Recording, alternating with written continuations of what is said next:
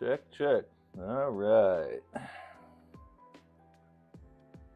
Oh, okay. And I guess I gotta move his blue map back a little bit, huh? Like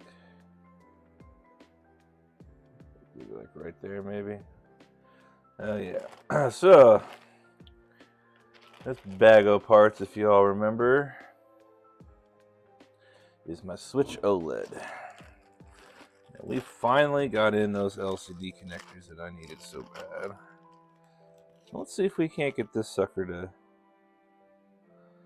start working here. And I got another OLED with the same symptoms. And so I'm hoping it's gonna be just as easy of a fix, but we don't know. We don't know. So this looks like it's holding.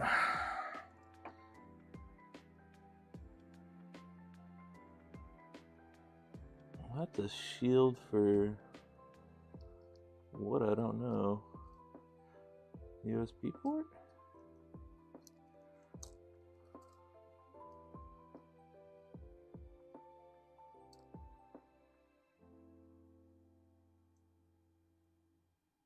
Well, that's definitely for the USB port on top, but I don't know what the... I really don't know what the shielding was from, though.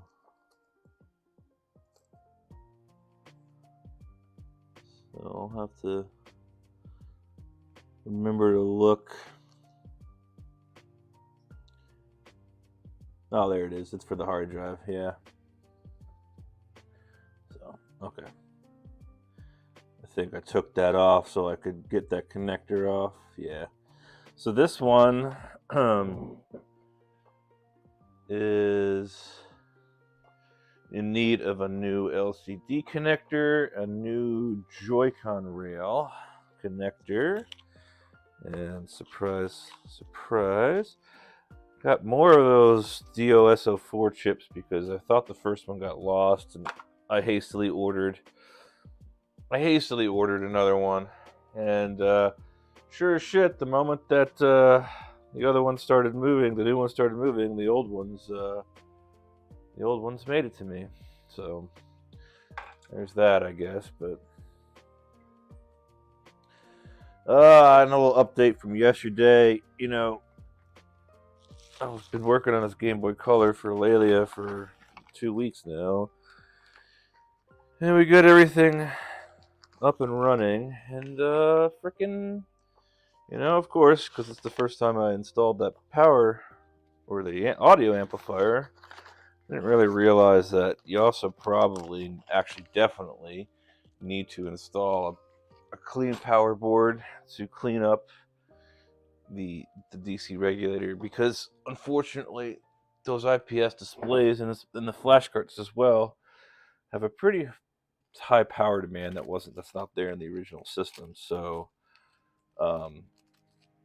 unfortunately that does mean it creates a pretty nasty hum, and it's kind of really only noticeable when you are loading the games, but it just bothers me. And so I gave her a couple options, and first one was I'll just pull the mod off for you, and you can go back to using normal sound. Or I can order a power regulator for you, or a power board, which is only $10. They're not that expensive. And install it, but you'll be without your device again for another week, or probably 2 at this point now, because it's going to take her a couple days to get there. But or you can just deal with it. And she wanted me to install the power regulator, so we're going to hold on to the device for her for another week. I put the power regulator on order. I also ordered a second one for me, so that I can have one to play with. And we'll get that going for next week. Yeah. Just looking over the board, just double checking here. It does look like the Joy-Con rail and the LCD is all I'm going to need to do today. So let's... I think I'm going to use a slightly bigger tip to start here, just to get the old solder off.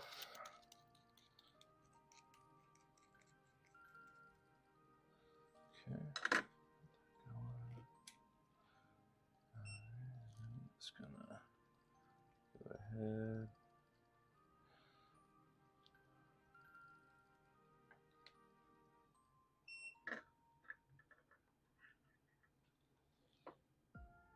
What was burning on this? Something just like went up in flames on my soldering iron. I don't know. Maybe just some residual flux or something on it that just burned off. Not me. Alright, so we can see here that the sumbitch is the fact that we have the plastic connector for the daughter board that houses pretty much everything. So they changed the device up, they changed the design up on the OLED compared to the original Switch, and now the game card reader and audio and all that is on a very specialized daughter board that hooks into this power connector right there. So, you know, 6 one way, half a dozen another. It's a little bit more annoying to deal with, but probably better in the long run, I'm guessing. So we just got to be very careful.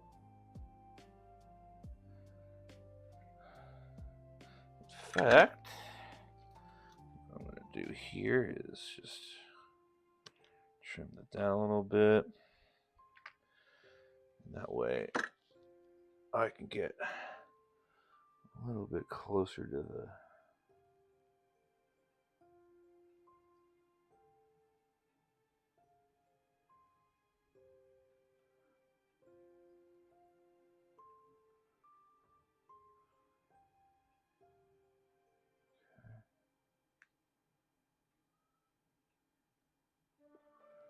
Alright. Man, I just do not like this freaking flux at all. Look how gross that is. It does make me wonder, maybe I did get Chinese Amtech, even though it was supposedly from the official Amtech store. It burns so easily. I mean, it doesn't clean off too bad, but like, I really felt like I wasn't on the board that long.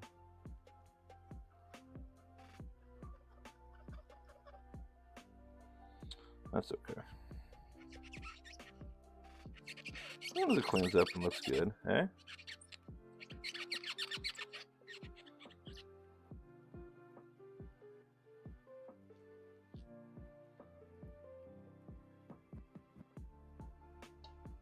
Okay.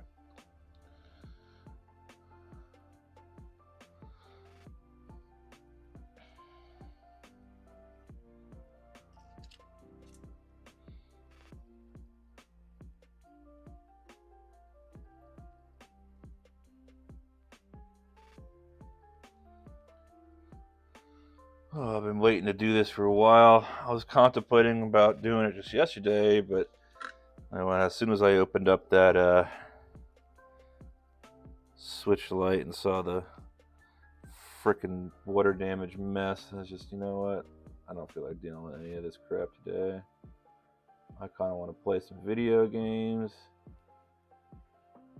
and just chill out. So you know what, folks? That's exactly what I did. And I ain't mad about it. Alright, so we just kind of added some fresh leaded solder to these pads here, which should hopefully make getting the new connector on much easier. Let's see how we did. Generally, when you kind of do this job, you just want to let the ball of solder you have on the soldering iron just roll over the tabs. Yeah, see that mounting tab at the end could probably just use a quick little touch up, which is what we shall do. A little bit of flux kind of helps things along.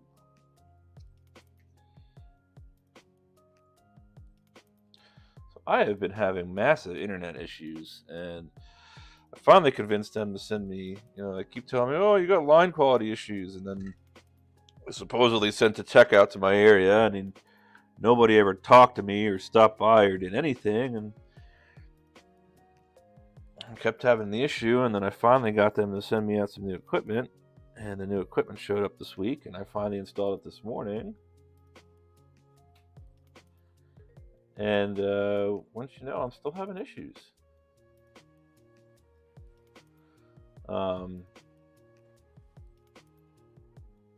So, once again, they're going to send out another tech tomorrow.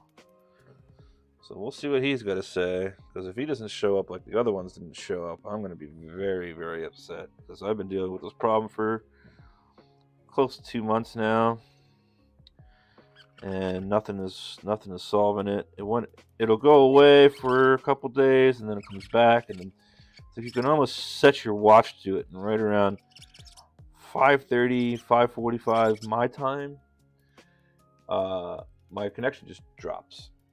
And I have to get up and unplug the gateway and then plug it back in again, and it's fine for the most part. Although this past week, I had an issue where it did not want to come back. And I was without internet for basically the entire night. And that kind of was the final straw for me, and so I called up and demanded new hardware, because mine was 7-8 years old, and if new hardware wasn't going to fix it, then they're going to have to do something on their end that I can't do, because I have exhausted my options. So we're dealing with this broken vise again. I know it's kind of boring on screen right now. This vise that I've got just does not want to work anymore because it's broken. So we might have to go to my old school.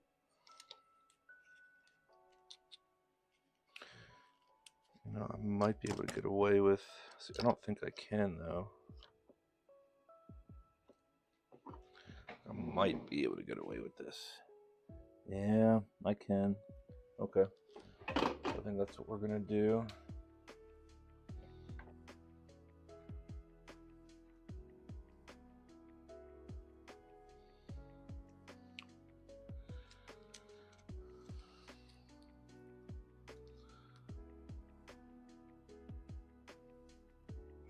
I gotta be a little careful with this one, just because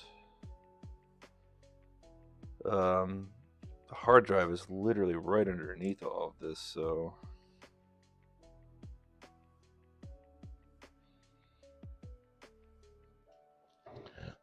of course you're gonna do that, huh? Of course you're gonna do that. Let's get you on there right. There we go.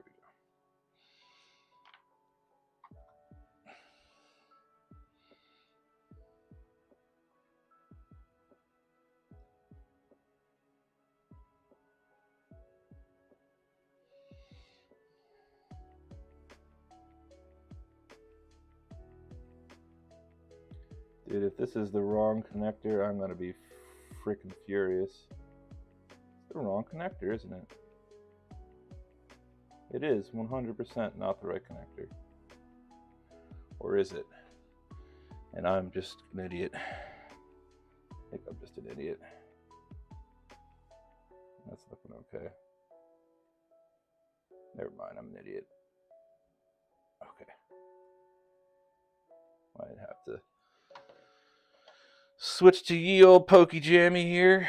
This one always, I just feel like I've got better control with it, that's all. But the problem is that I can't see these back pins. And that seems like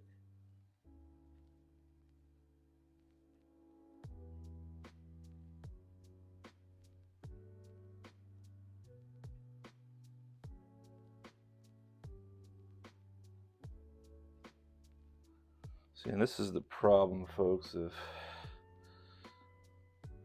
not being able to get parts directly from the manufacturer. You're kind of hoping that what you're ordering from China is what you need here.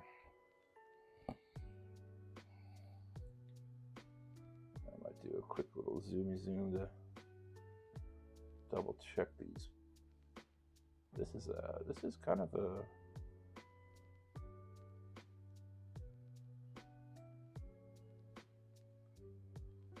touchy connector here.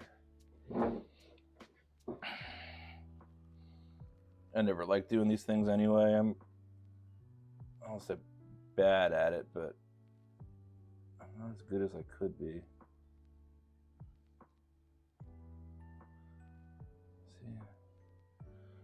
See, I'm having a trouble seeing those back pins. The front ones I've got, I'm kind of like wondering if I should just kind of maybe just. That's the problem with not having it in an actual vise too. The board keeps moving on me here.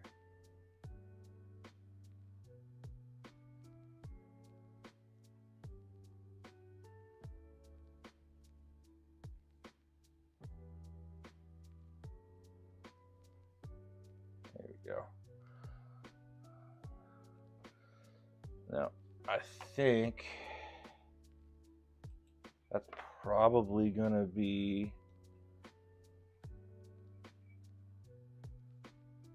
as good as I'm gonna get it.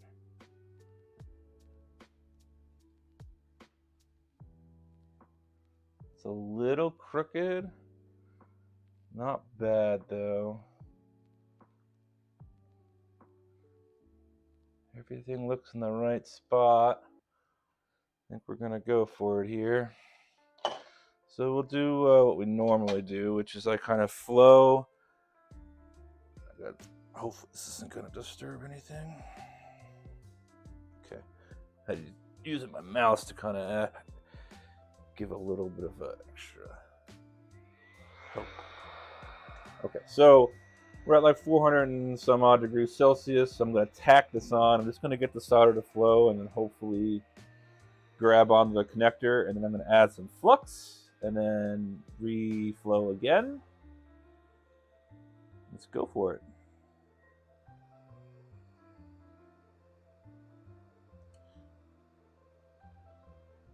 Now, the only thing that kind of sucks here is I got to be really careful about that hard drive. I don't want to reflow that. I don't want to bonk into it. Okay, I can see the solder wetting. Connector kind of settled down there, so we're gonna let that go. And then take my flux here. I'm gonna add in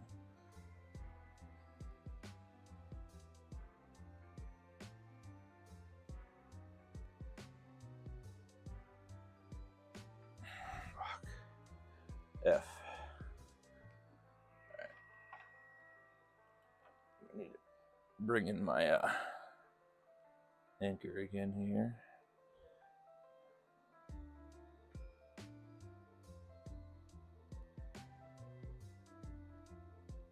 Okay, that's looking good. Now the back. Need some. Okay. And then obviously we're going to need to give this a really good scrub when we're done. Let's get this off screen here. All right. Let's try that again. That actually soldered on very, very nicely.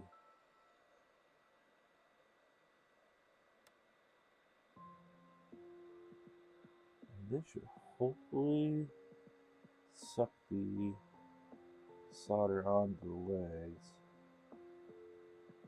Get a nice, good, strong bond.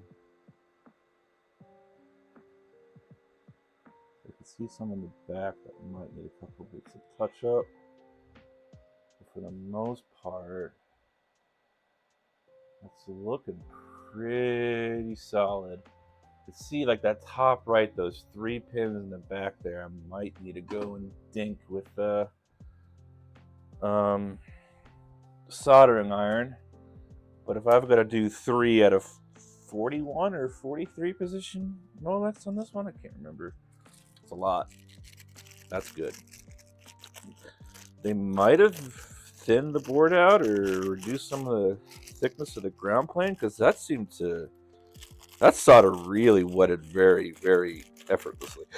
And usually I'm struggling with those FPC connectors because I got to go through so much crap on the other side of the board to get there. But it's a big but.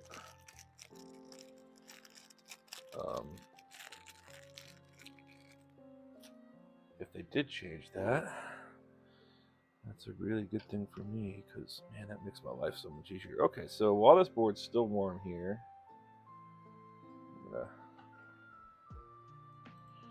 back into focus. It's looking pretty good, minus that set of pins in the back there. I have a feeling I'm gonna have to monkey around with them a little bit. But for now, let's just go ahead and see if we can't, while the board's still warm here. I want to try to make sure I clean out all the flux in this connector. And one thing I have learned is that if you kind of very gently, but you want to, oh, I think I should probably get a little bit of cleaning done real quick while it's down. You want to kind of flip the bail up and down a couple of times, and it does kind of move the flux out a little bit.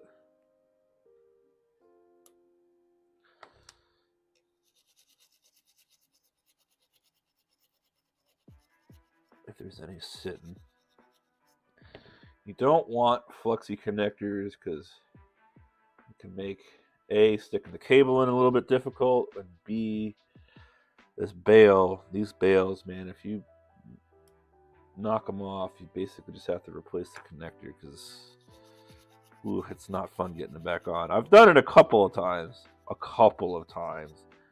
and then even when you get them back on, it's like a crapshoot for how good they're going to be, because generally once they start to deform a little bit and get all wonkified, they don't really press down right, and you got to sit there and muck with them. So it's just usually just better to just replace the freaking things straight up. All right. Looking good though. Nice and stiff. Okay, so I'm kind of worried about those back pins there, so we're going to take a look at them first. And then all we do with this, our little solid test, is we take our Pokejammy and you just nudge the legs of the connection. And if you can see them wiggle with little to no force, then they're not soldered on properly and you need to do some more work. If they don't move, then you're good to go. So we'll start with these back guys here.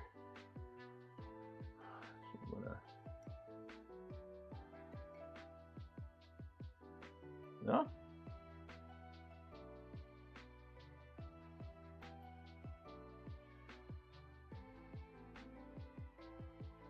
No wiggle. Those are good.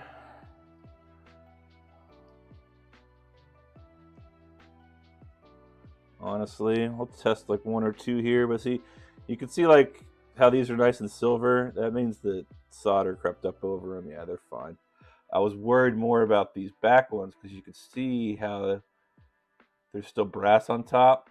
Just means I probably didn't have the solder on the pads that I needed for it to flow up, or the flux didn't really get to these pins. But as long as you don't see any movement, and you really don't need a lot of pressure. That's the one thing I should really kind of hammer home here, is if you just basically take your tool and you nudge up against the leg and you see it move, then it's not soldered. But if you could tap the tool into the leg and it doesn't move, you're good to go. You don't need to push hard on them. In fact, I really wouldn't. That leg is good. I just want to check this other grounding leg. Yeah, you're fine. Okay. Okay, we don't have any bridges there. All our passes look good there. Just a mistake on my part right there. I think we're good to go, honestly. This is pretty exciting for me. That went on really well. So now we get to start reassembling this guy, at least to the point where I can test the screen and see if it comes on. Now, I have been babying the crap out of this thing because, to be honest with you, the OLED screens are $100 from China and like $170 from a US retailer. So yeah, it's in my best interest to not fuck this screen up. So that's why there's a lot of bubble wrap hanging around. Okay, so for the most part, the thing assembles this almost the same way. And good for me is I've got one to take apart too. So, and really all I'm doing right now is I am just testing to see if the screen comes on.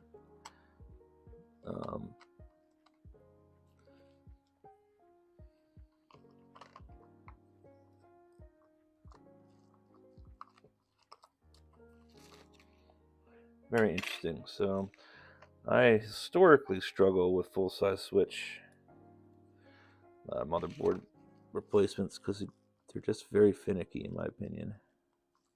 They want to fit a very specific way. And this is even worse, in my opinion. Huh, okay. So come with me and watch me struggle. Weird.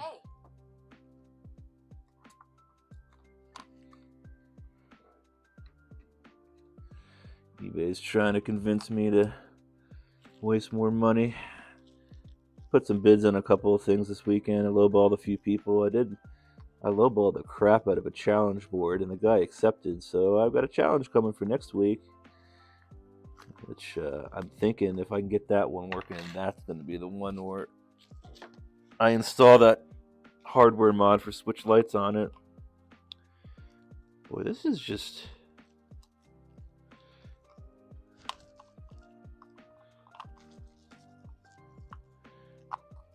it's kind of flexible.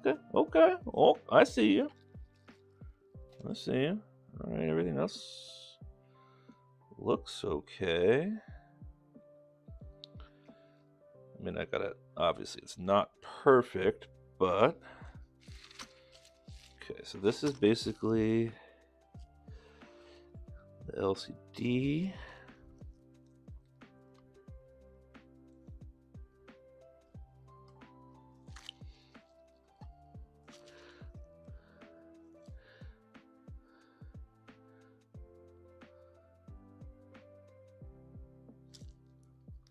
Okay. Wow, that went in beautifully. Closed down perfectly. Okay. So we should just give it a little bit of power here.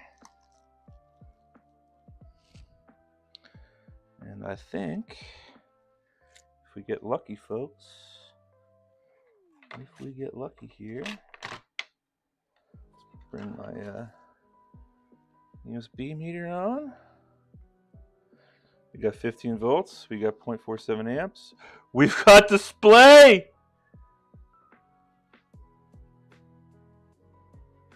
Yes! Yes! It works! Look at that, folks. That is amazing. Okay. So I still do have some more work to do on this board. But that, my friends, is a working OLED. Okay, I do have to I do actually have to go in here and replace this Joy-Con rail now. Now we're running into the headache here of this new LCD connector not wanting to open. There we go. Okay. It's a little stiff, but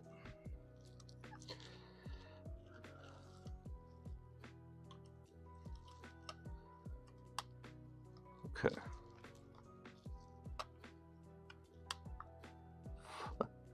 Dude, I'm so happy. Man, that's huge for me. That is huge for me. Okay.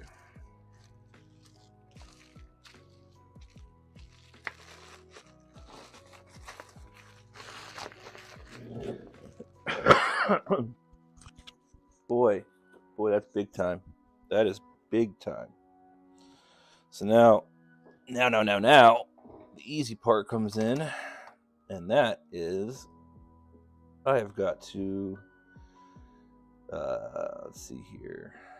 I got to replace this connector right here. So I've got to dig into my bag of tricks and find that connector.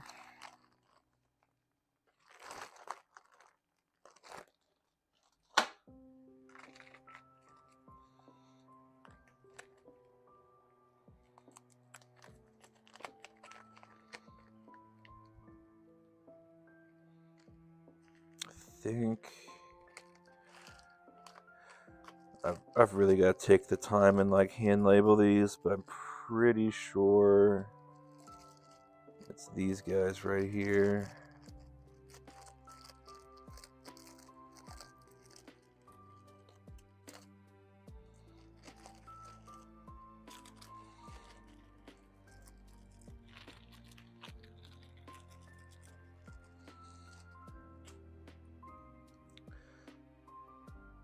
Pretty sure it is.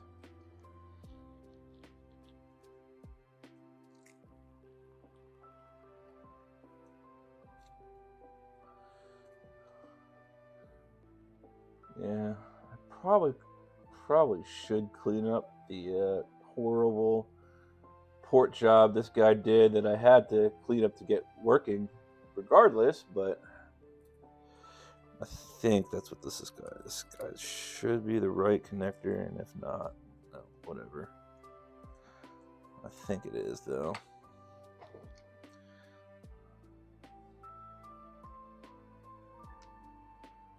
One, two, three, four, five. 1, 2, 3, 4, 5. Yeah, that's it. Except mine's black and this one's white. That's the only difference, really. Okay. So we shall get you prepped and ready.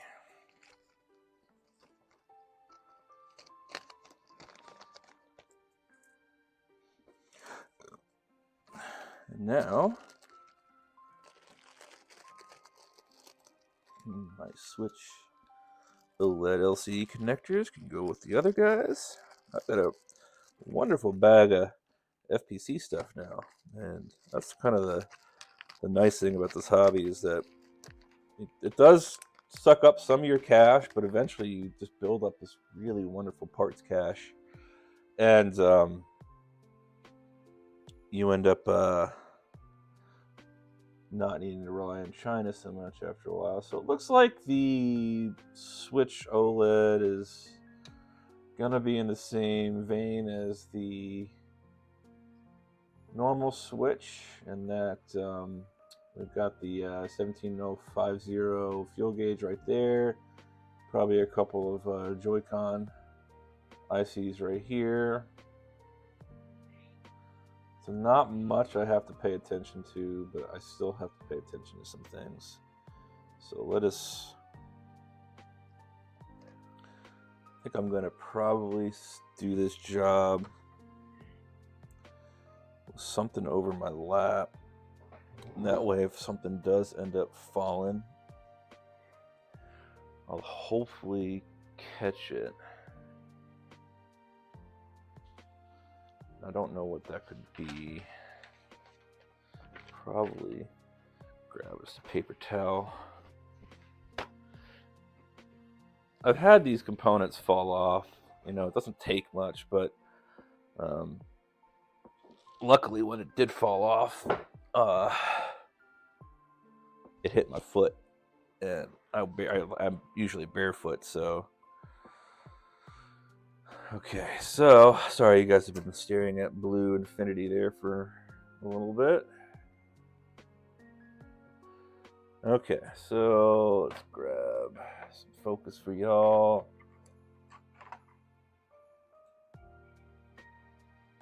Huh. No.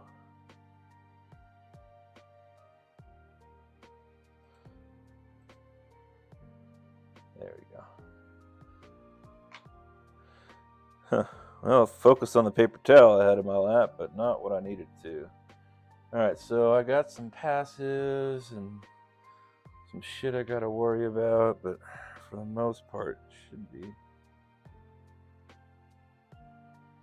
fairly easy. Might do.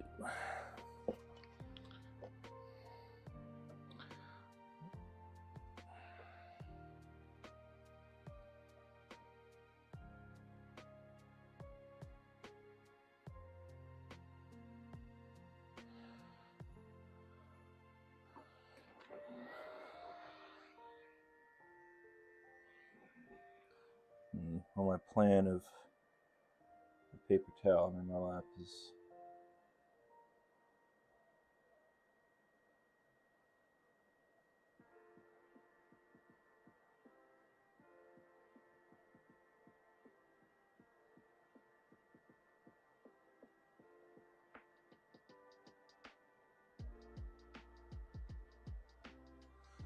alright, that came off cleanly enough, and I don't think I really had enough time on the board to dislodge anything from the bottom. I did not. Looks to be all good. So we're going to go through our normal rigmarole here of cleaning off and replacing solder with unleaded solder with leaded solder. And slightly tricky here, not too bad. I don't really have too much to worry about.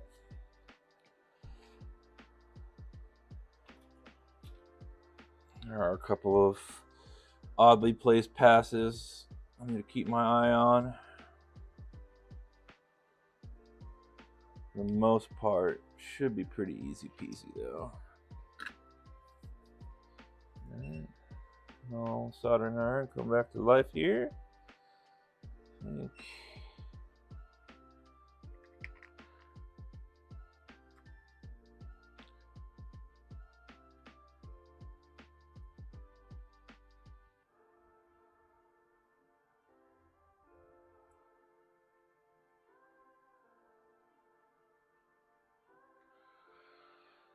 God, I hate how this stuff burns. My lord, that is ugly. Unless that's the stuff that's on the freaking... Could be the stuff that's on the braid, because they probably don't use the best soldering rosin flux or whatever the heck they coat the soldering braid with. God, that is just so ugly though. My lord, it's so bad.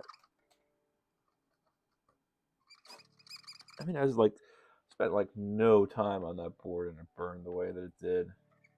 Just a shame, really.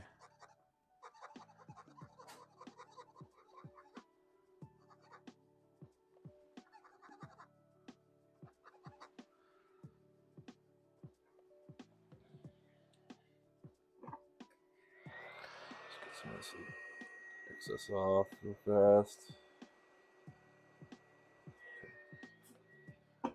Good there. Put some more flux on.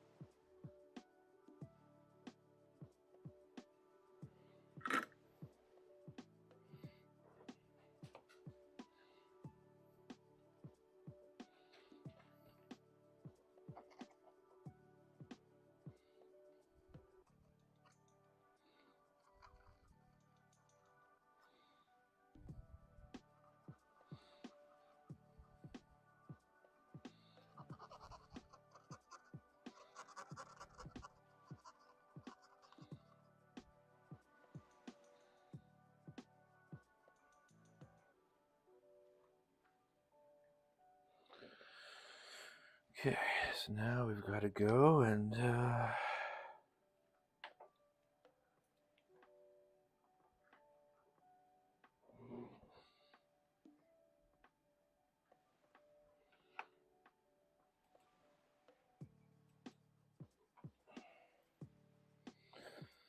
so if you remember, the latch should face to the left in this case, on the bottom of the board. So let's get that prep like that, and we'll line our pins up.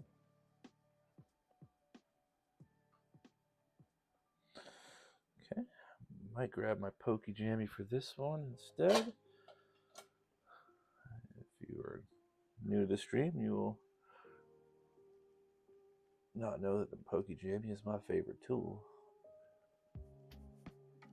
It pokes, it jams, it lives up to its name. It is a Pokey Jammy.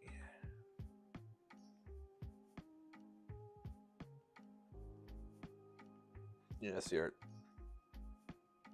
tempted to do a quick flow from the bottom.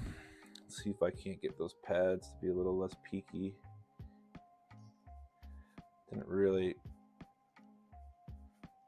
flow the solder on these pads the best, admittedly. Passable, but okay. Well, I need to take this off. That's fine the way that it is.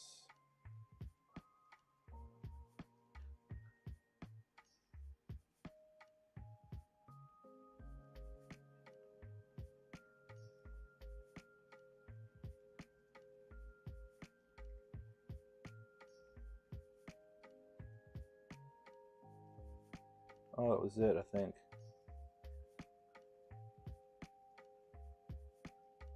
It is.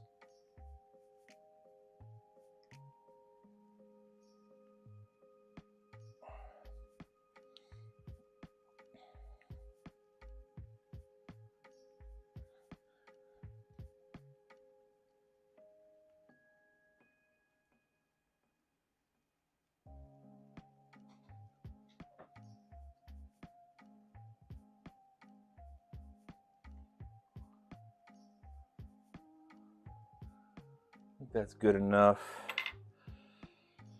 And then what I'll end up doing is the same thing. We use hot air. And then we'll wait for the solder to flow once, hit it with some, tack it down, and then we'll hit it with some flux and full flow it. We should be good after that.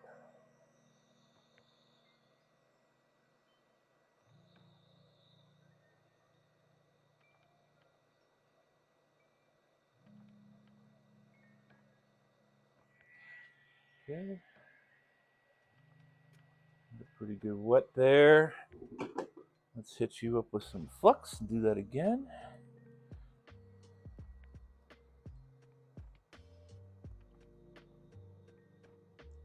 Should be good there. You don't really need too much flux, but like, you want a good puddle of it. Just coat over the top of the legs too, because you want to try to help that solder really flow from the pad to the leg so that you get a nice solid connection there. Are you still on screen? You are.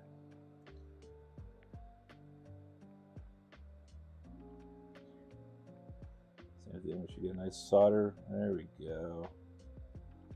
And I think we're good on that.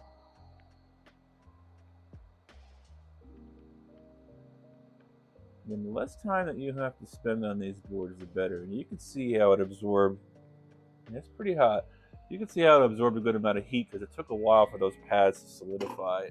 And that's what you're kind of watching for, is that little flash from wet silver to a kind of a, it's not dull, but you'll get it as soon as you see it happen. And as soon as you see those pads solidify, then you know you're kind of good to start cleaning. Now, of course, I need to do a quick double check here. Does not look like I upset any of those components. And then this is the new connection that we put on. Looks pretty good to me. I am going to hit it with some 99% isopropyl alcohol and a toothbrush. real quick. Then we will do a very fast solid test, and then start to get this board assembled as best as we can. Unfortunately for me, it's been a few weeks, so I really can't remember where the screws go. So what I'm going to do is I'm going to get this one kind of back into place and then check the Joy-Con, make sure it's working. And then take the other one apart. And then like basically as soon as I get the other one apart, I'm probably going to just flip back to this one and put it back together. And that way I can have it buttoned up and ready to go. Okay, same thing. We're just going to kind of flip this latch up and down a little bit here.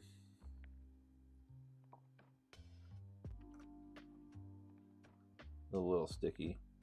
Okay, so I think we still got a little bit of flux in there. Some more isopropyl. Really kind of see if we can't squish that out. Gotta be careful with those latches. You don't want to be too rough on these things because you can rip them out. This one's a bitch. I don't even know if you can get this one back on if you pull it off. I broke one recently and I ended up just saying F it and just put a brand new connector on. That just seemed to be the easiest route. But I tried. Okay. It's a lot less pins on these than the other ones, but man, it was just not wanting to cooperate with me, and then the time I wasted on it was far greater than the time it took to actually solder on a brand new freaking connection. All right, man, I love this strap too. Okay, so let's see here. Just take a quick little look.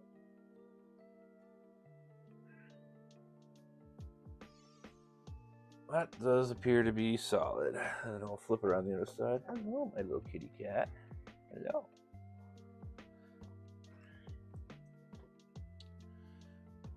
Let's take a look. So you can see how all the pins are nice and silver, which is, to me, is a very good indication that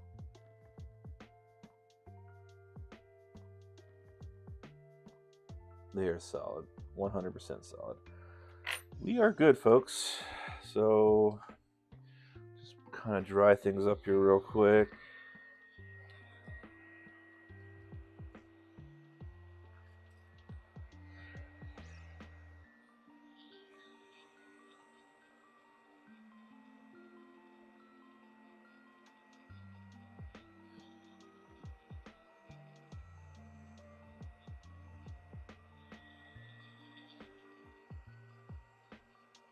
Probably could.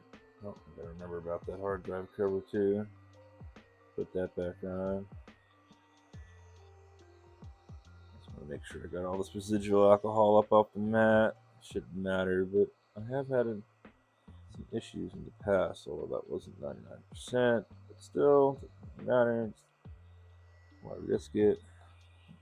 What's that? Flux?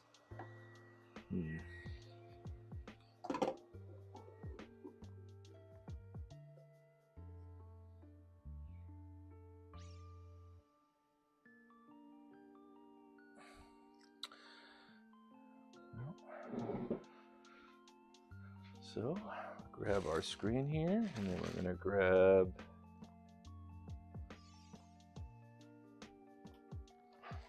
well, there's the screen. Where'd the rest of the parts go now?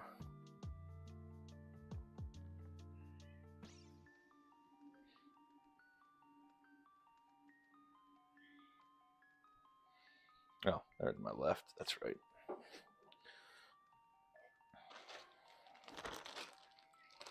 So this guy.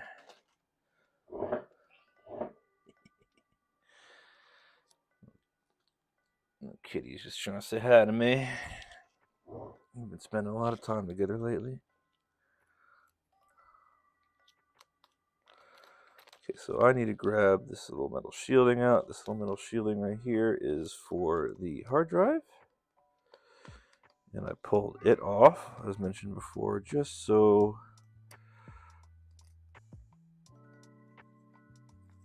oh, don't want to lose that.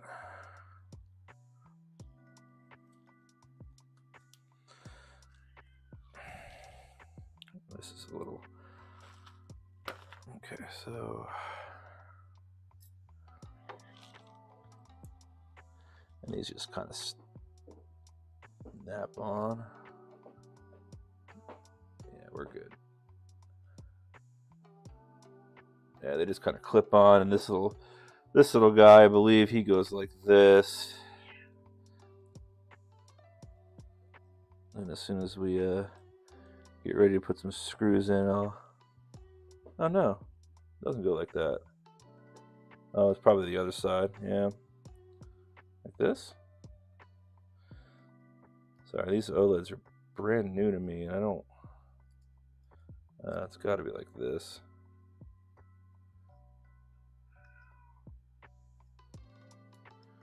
There we go. Alright, or it's got to wait until I get the board into place here. This looks like it's an extra bit of protection for the USB port. That's snapped on, okay. Okay, we'll just leave it be for now. Once I get it screwed in, it'll be fine. Alright, let's get her put together. I'm really excited about this, honestly. This is the first OLED switch I ever worked on. It came to me with a no power issue. Got it for a relatively good price. Wasn't the greatest, wasn't the worst.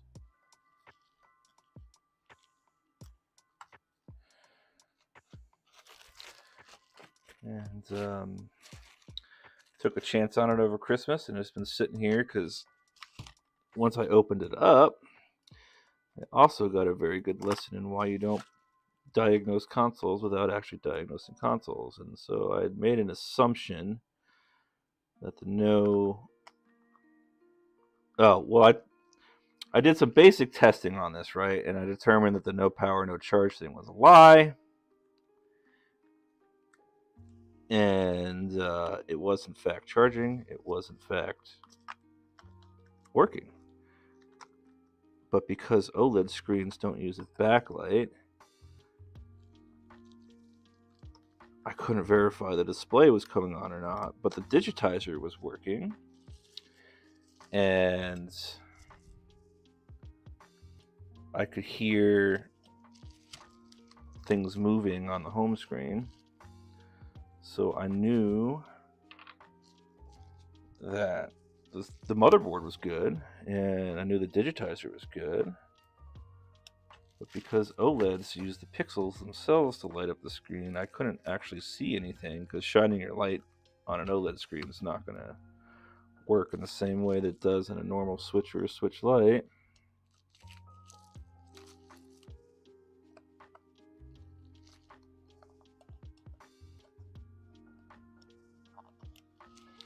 PowerFlex did not want to stay up top with me there. And I just kind of squished the LCD ribbon here a little bit. Hopefully it didn't damage it too much there. Shit. I don't like the way that looks. That's fucking great. Fuck.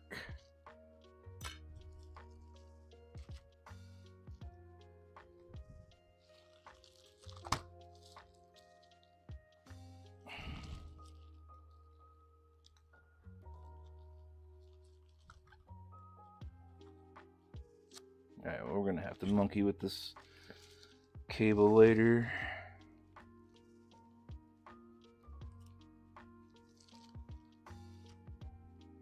Essentially, all I really wanted to do was get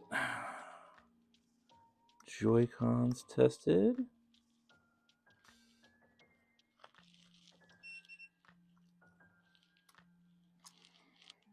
Okay.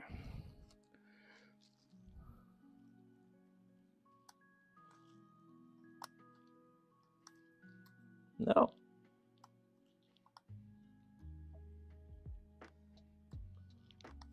These things are such a pain in the butt sometimes. They're so slick. It's impossible to get a grip on the damn things. You gotta be careful because you don't want to puncture them or...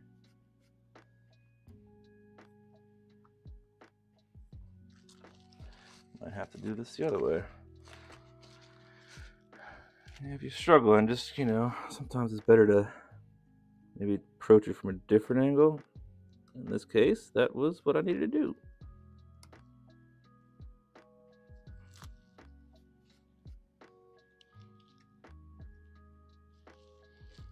Okay, I think that's in as far as she's gonna go. Okay, we got that one going. And we're gonna get you going here.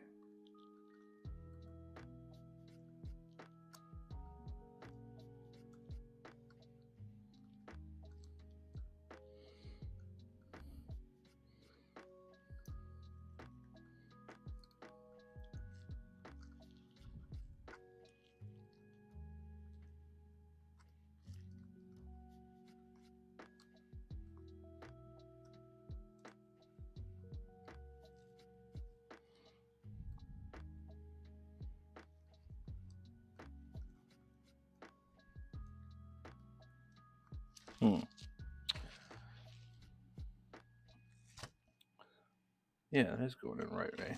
Okay. This guy's being a little finicky here. That's the other thing. I got to keep an eye on my laptop battery because it is still not wanting to charge. I still can't figure that out. Some weekends it's fine.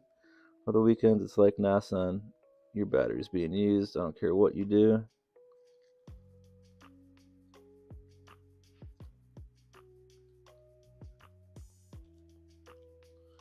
Boy, you are a son of a bitch, aren't you?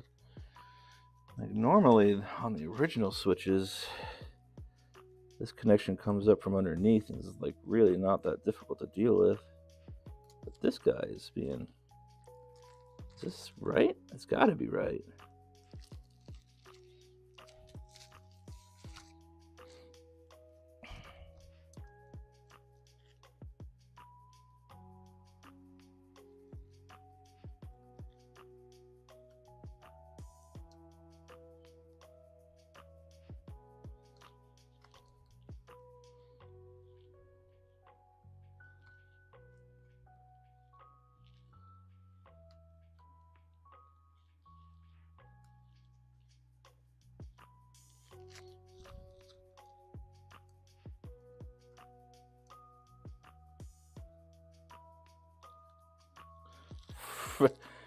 Frig me, man.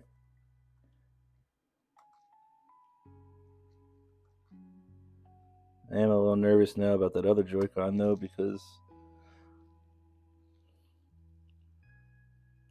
I hope the connections work either way, because if they don't, we're screwed.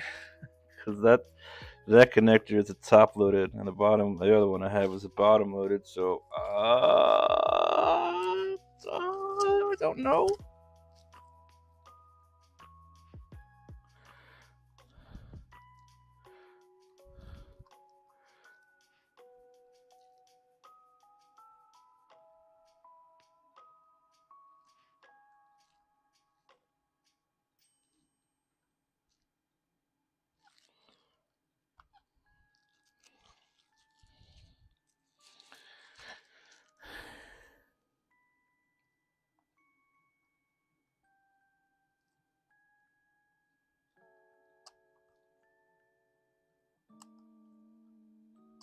See, these are all top-loaded connections, and that one is not. I'm really nervous now.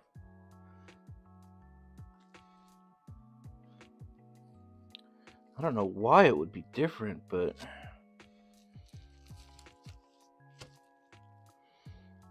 God, just don't put it past Nintendo to throw curveballs at you with board revisions. As far as I can tell, they're all the same. There's nothing different about the Joy-Cons.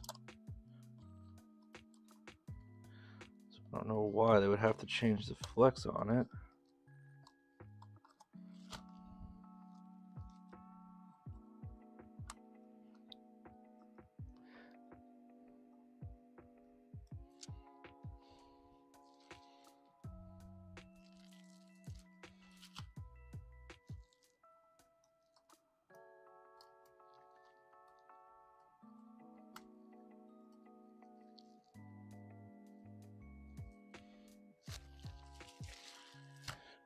Oh, these ribbon cables, man, I freaking hate them.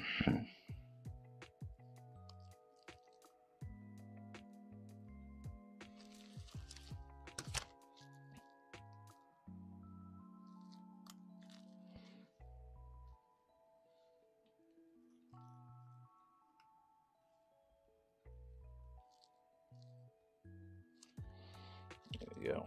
This one's not usually a problem. And it's really not much of a problem today.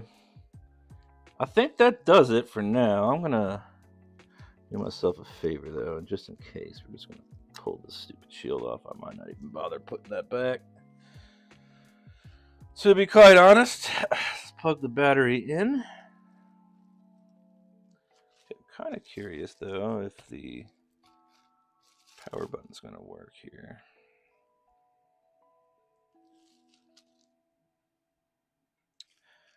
We've got screen. So the digitizer unfortunately won't work because that is on a small daughter board that I've got to work with now. These are the original Joy-Cons that came with the unit.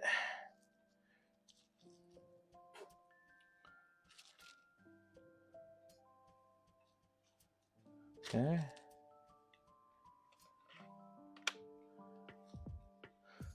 Got left hand side recognized.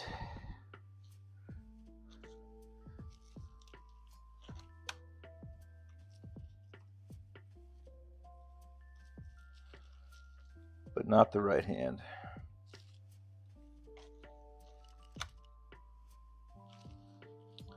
And that's this connection.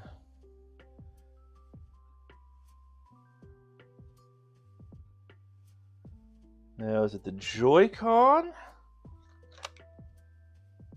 There we go. And the rail's a little funky right now, so we'll have to diddle with it. But folks, that screen's gorgeous too. Wow, it's so nice. Wow, okay. Well, that is what I would like to call a fix.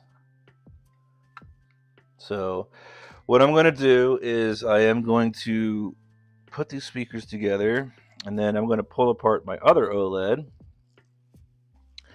and then remember where the screws go, and then flop back to this guy and get this guy working. So we're just going to get you plugged in.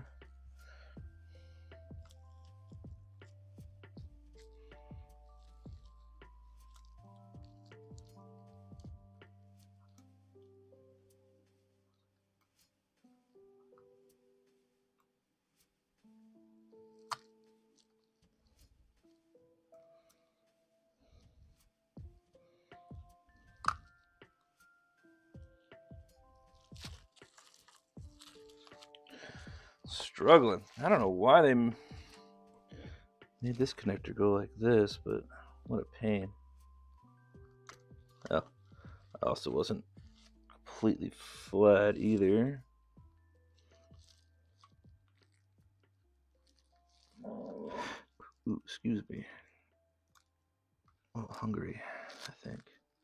Why are you being such a pain, speaker? Usually you guys just freaking go in. I don't have to worry about it, my lord. You're just being a son of a freaking pain in my butt, huh? Come on. There we go. I don't know why that was so difficult. Okay. All right, boy, I am super proud of that. Super proud of that, because not an exactly cheap purchase. So the fact that I could get this one up and running again is huge for me. So we got that taken care of, and now I'm gonna find the other one.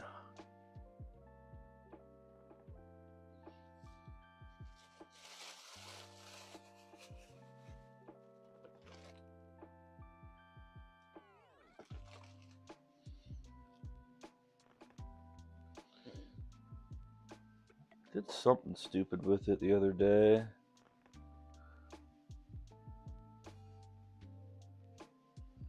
Oh, there it is.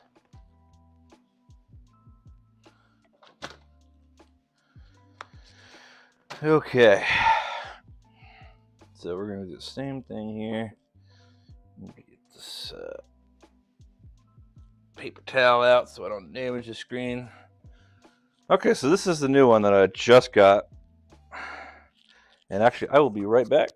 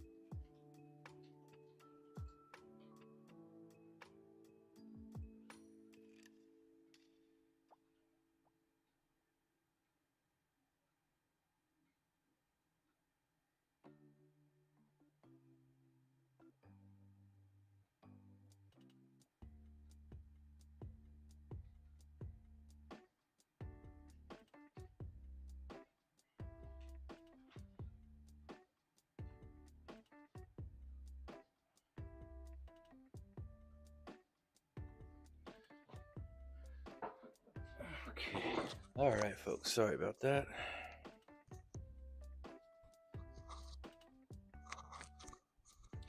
Sometimes when nature calls, you do not ignore. All right, so let's get into this one. Now this switch, quite literally the same thing. So it's a screen not working, as is for parts. That's what this blue tape says.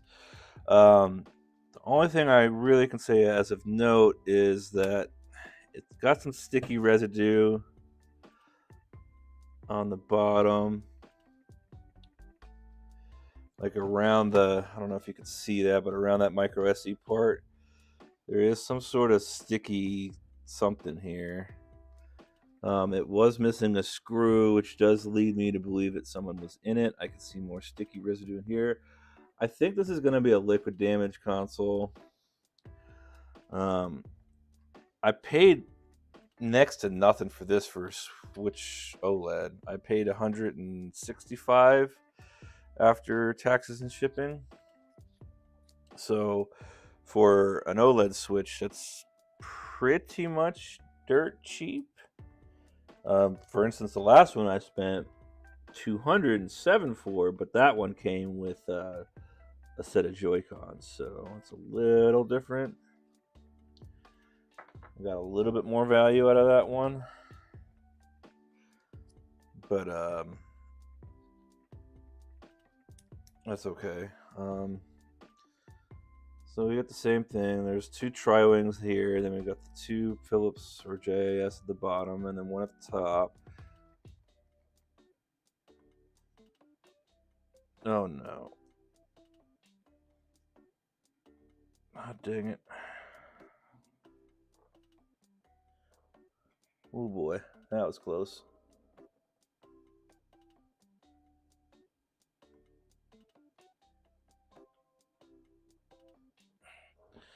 Stick those there. Forgot that you should always, kind of better to do these like this, because they're magnetic, but these are more magnetic than the previous versions are, but the small ones always seem to struggle.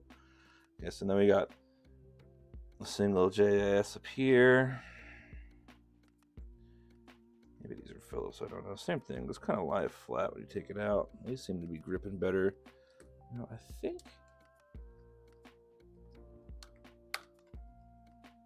Yeah, I do think I actually have to take out these two right here.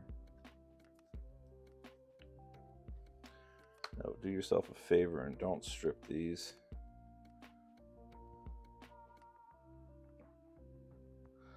Like I'm just set to do right now, honestly.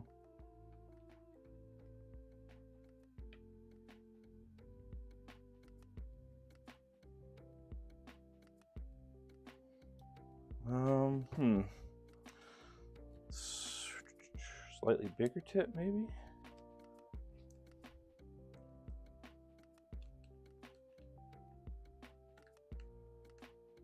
No?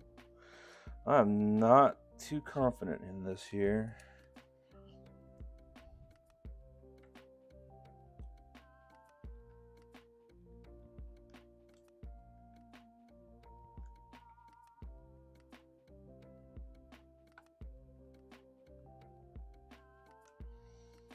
I feel like I'm stripping it. I don't really like that.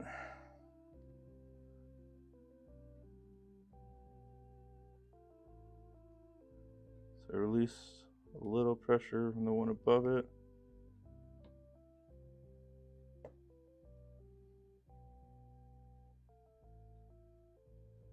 Okay. There we go. Just kind of wanted me to be a little bit firmer with it. You really got to be careful with these screws because they're not the easiest to grind out. Maybe these haven't been opened. I don't know. It feels like it has though. Okay, so that should be all I need to get the back plate off. Okay, get that.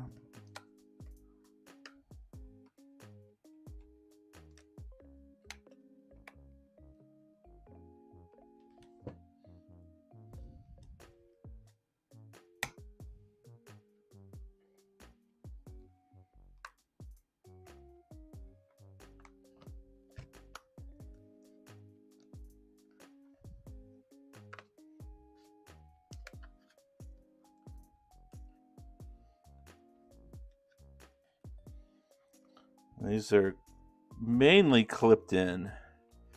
This is only the second time I've ever done this though, so I'm being kind of cautious about it. I don't believe I need... Do I need to get... No. You know, just for the hell of it, just in case, we're going to take off the top one as well. I don't think I need to do this, but... You know, it never hurts. It doesn't take much to take off fasteners or put them back in again, so... Better safe than sorry here. Okay. Yeah. Yeah, looks like both of those needed to come out. Okay. And this should just slide off. Alright, let's take a look here. Wow, that's very interesting to see the viscous make it all the way to the plastic. I don't think that's supposed to happen. There is something. There is a sticky liquid spray on the inside of this, and just does not make me happy. Just doing a quick visual inspection.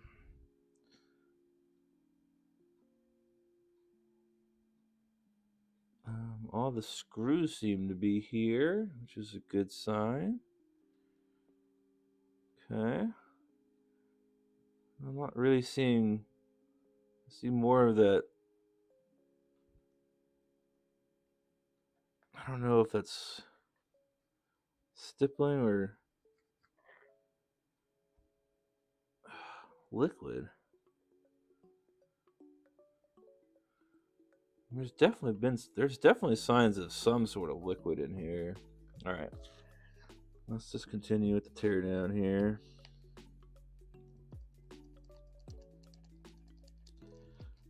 All right, so before I do all this, I'm going to grab. This has got to go back with my.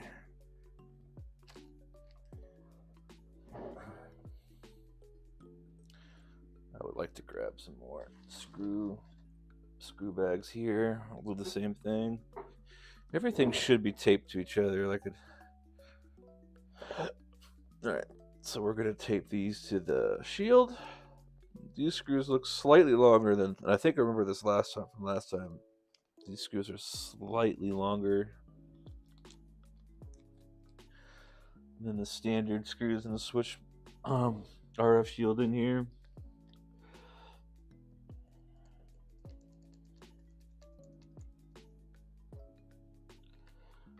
Okay, so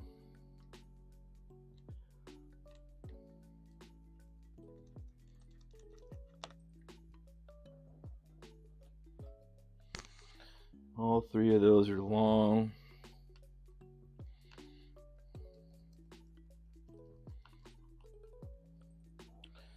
These all seem to be the same size, which is good. I do. Oh, that's feeling a little sticky. I have a feeling we're going to see some sort of liquid damage on the inside of this. It's just.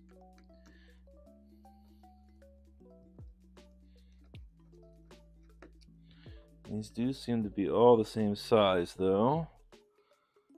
Okay, now what about this, which is the Wi-Fi antennas? It as well is the same size.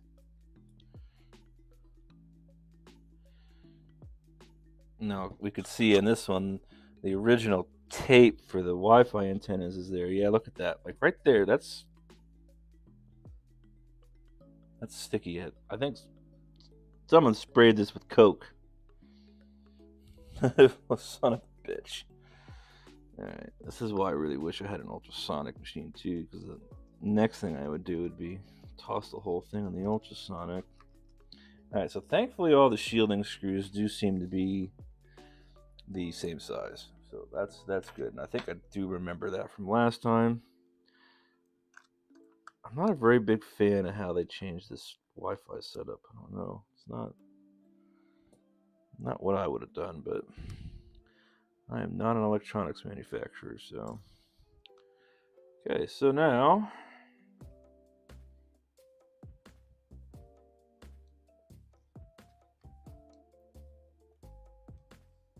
nope, I am missing a screw here. It is hidden. So that's a pretty crappy design. In fact, very crappy design. Don't make fasteners inaccessible. Why? That's a pain in the ass. I mean, it's not that bad, but still. Just bad design.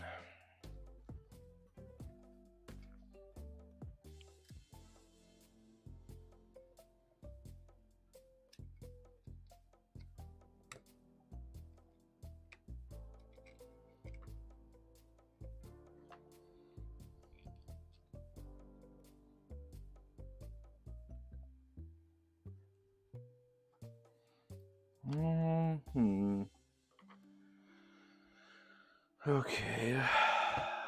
I got most of this coming off. It's kind of stuck here on this side. Oh, great, Justin. That's exactly what you want to do.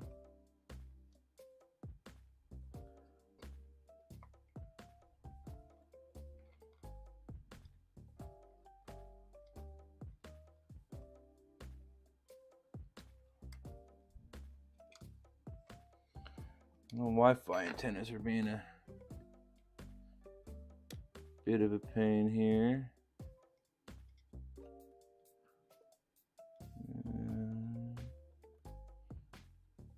Just try to see if it's not hooked into anything.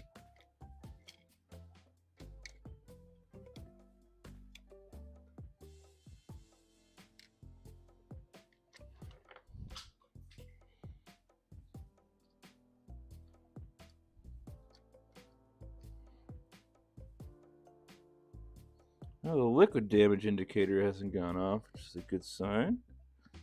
But remember this being a problem before. This whole thing just seemed like it came right off for me.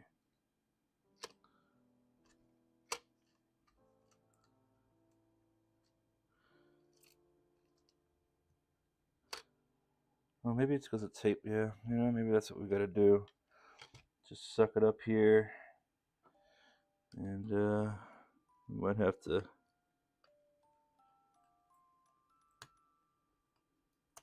replace this with some Captain tape or something.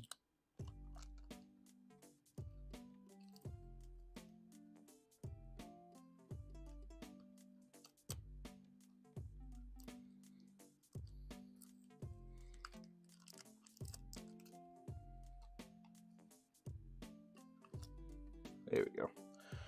Okay, so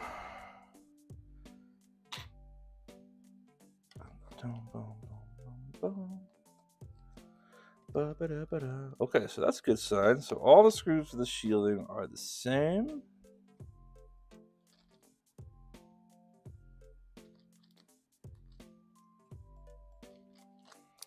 Gotcha. We'll roll with it.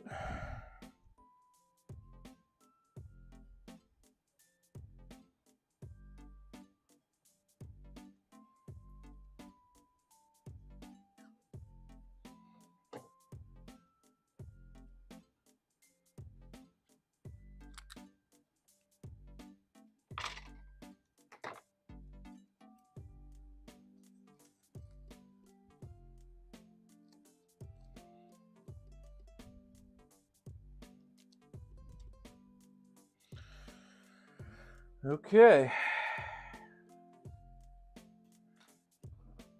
Battery seems to be doing pretty good today, so I'll just keep rolling. Pull the power off here. We're down to the logic board here, so we're gonna pull the power off and start taking her apart. Let's see here. Unlike the other board, I don't see any damaged connectors. Good sign. So let's just start with this daughter board here. Let's see here. Is there any screws on this? Or is this just simply a clip-in piece?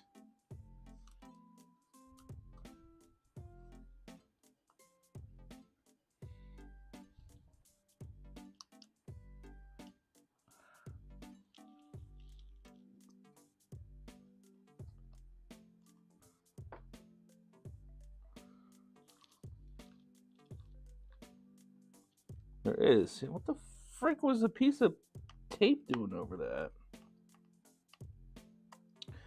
Okay, so the daughter board has a single screw. Top right. That looks to be the same size as the see, look at this, man. That is definitely wet with something. I'm guessing we had a little Coke or something spray in there. It's on the fan. It's on the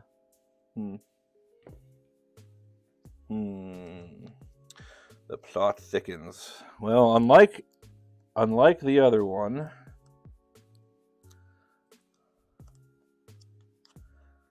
unfortunately, it does seem like the connector on this one is fine. So the easy fix of this one being another FPC replacement is now no longer a reality.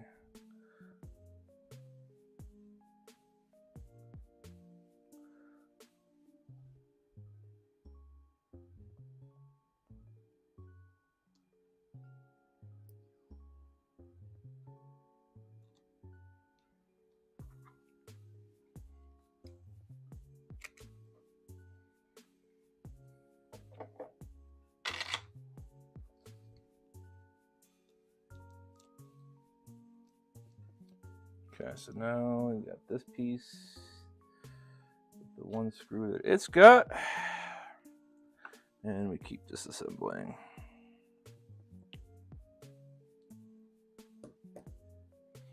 Now we're down to Mobo screws. Now, if I remembered right, unless this guy that before me, which could very well be, was just an idiot and mixed up screws or just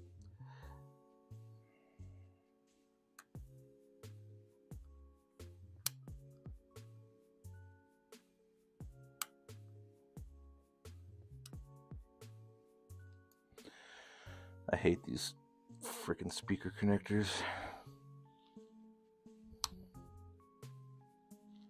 Now, of course, I could flip this board over and see a completely different story on the other side, but the liquid damage indicator not being set off is usually a pretty good sign. Okay, so let's start with the motherboard. Bottom right. So that's a standard screw. And I think these two are standard screws.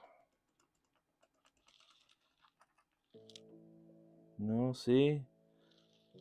See? Those are longer. So, okay, bottom right is short, and the USB screws are longer. Which I guess makes sense because it does have a couple millimeters more metal to go through than the other ones. So this is a second Mobo screw. This doesn't feel like it's been opened yet. Okay, so the Mobo screws seem to be the short ones. Okay, now all that's left really is the heatsink and then the. Okay, so it looks like the only long screws that I'm seeing on the Mobo so far are just for the USB. Because these all seem to be pretty much standard size switch screws from what I can tell.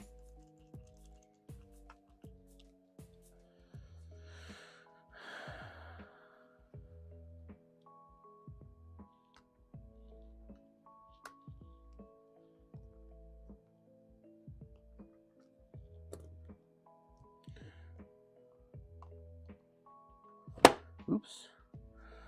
Got to be real careful with these stupid heat sinks because you really don't want to pull them up by the copper because it's so soft that it deforms. Like if you just look at it wrong, if I remember right, these are kind of, I won't say tricky, but not as easy as the other fans to get off. And again, if there's any kind of liquid in here, if I remember right, there was some sort of adhesive on the side of this. Yeah, see that.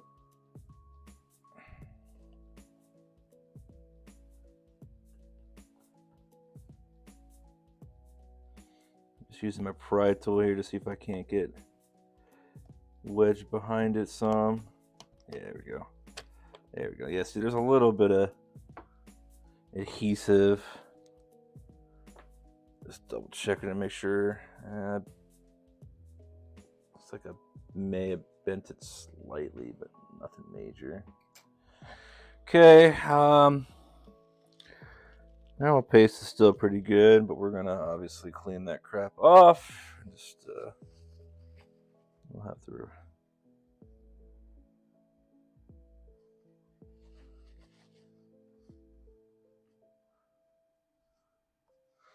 Okay. Then whatever this stuff is just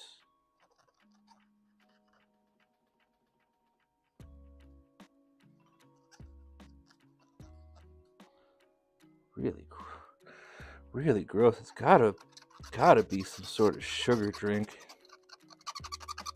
I'm gonna have to like scrub this with a toothbrush because that did not do anything for it.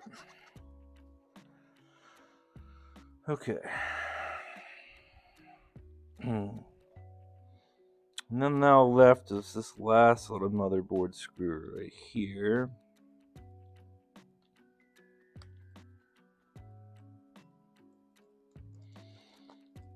And it is the normal size as well. Okay, that's a good sign. So that really means the only thing I got to worry about with the other board is that the 2 USB screws are long. And before I forget, we're going to just do this because I don't have too many spare OLEDs, so that means I don't really have too many spare fasteners. It's kind of sad that on the day where I seem to be having some victories, there's nobody in my channel. Oh, no. Poor me. It's all good. I do this for myself anyhow, and so I can go back and look at things later and check out progress and reminisce on what an idiot I am. God, that LCD connector is just stiff. Okay, that should be all the flex connectors there. And then all we got to really do is just yank them from their sockets gently as possible. Yank gently.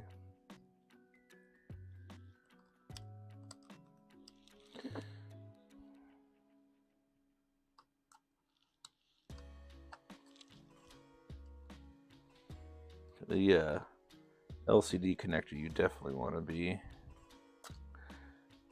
Oh no. Yeah, crap. Yeah, I think I might see why we don't have video.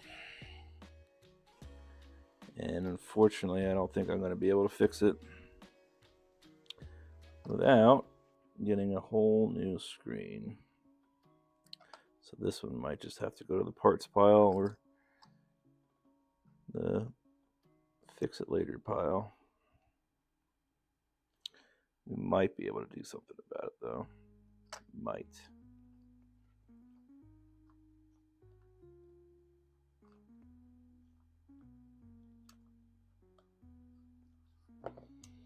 Why these? Whatever they did here, this.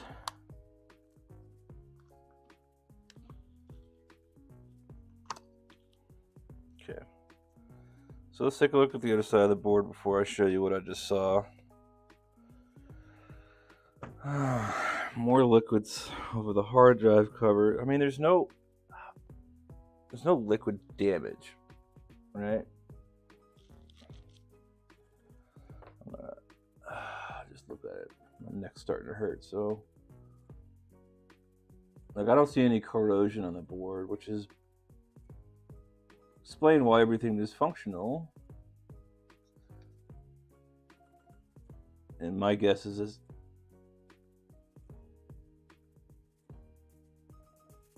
Did I break that?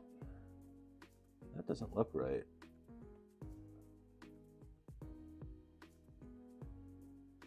Oh, that's not good.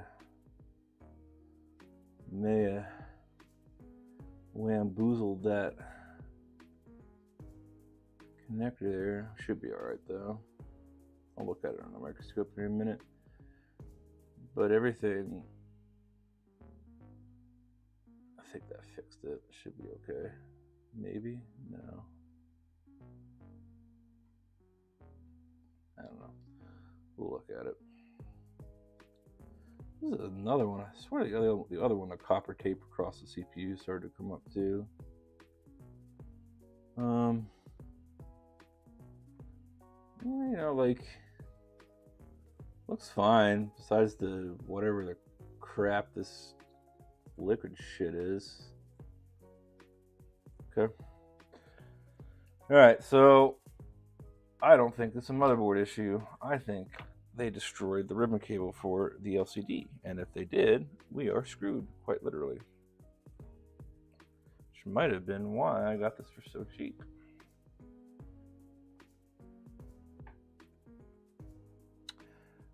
Yes, sir.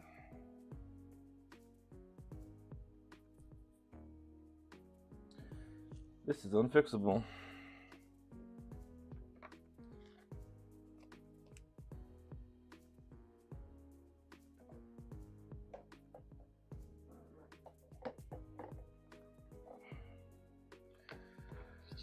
I'm sad now.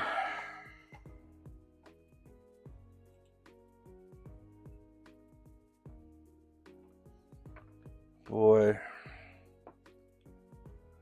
One thing you just did not want to have happen.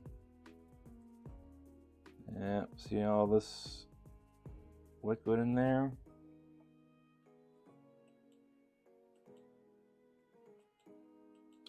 So, I mean, the good thing, now I could try this, but I doubt. I think what happened here is it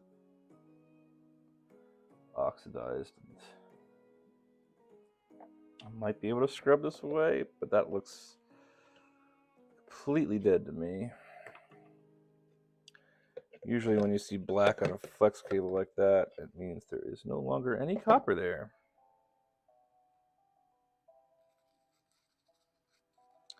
And that is 100% the case.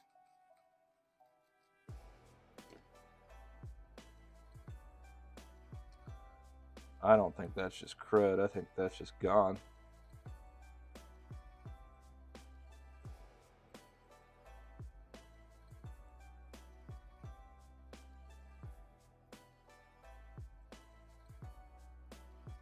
Maybe? Maybe not. I still see some copper in there.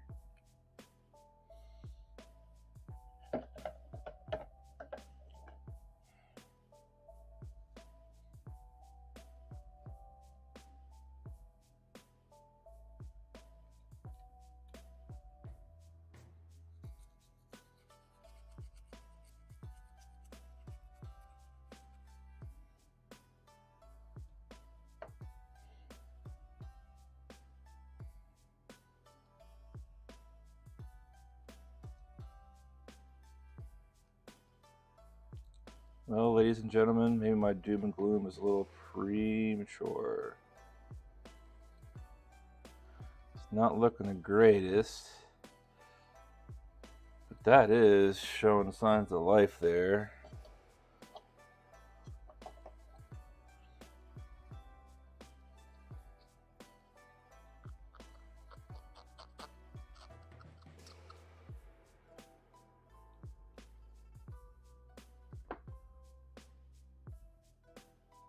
I mean, it's crudified, but of course, as with everything in this world, and you want to make sure you got connection, you go to your continuity tests.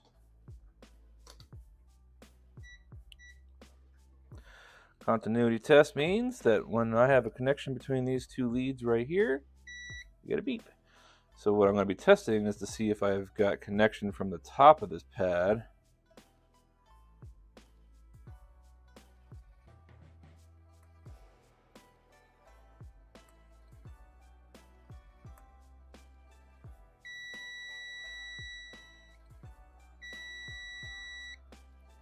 Okay.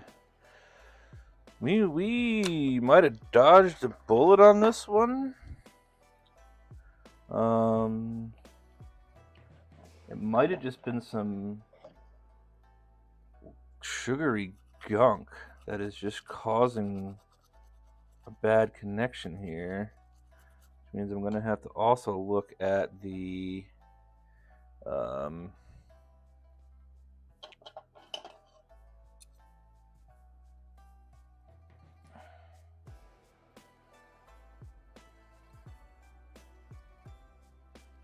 LCD connector.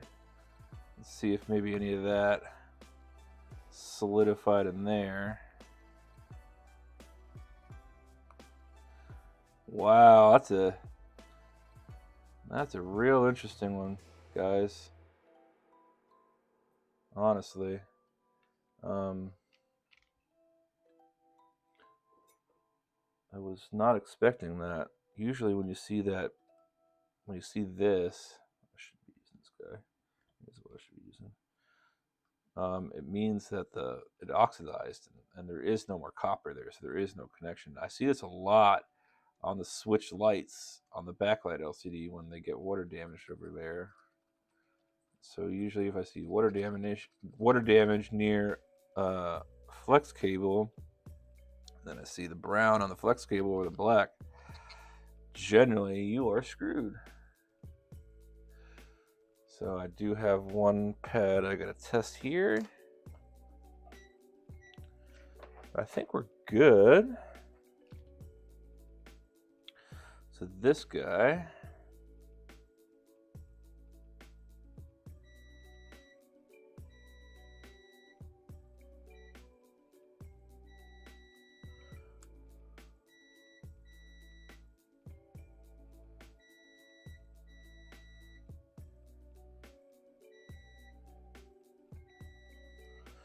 huh? Okay. So we've got that. Now I want to take a look at Mr. LCD connector here.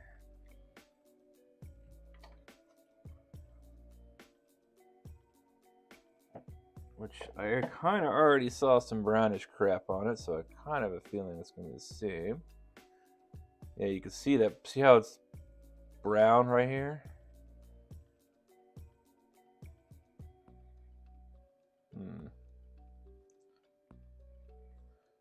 Take a look up top.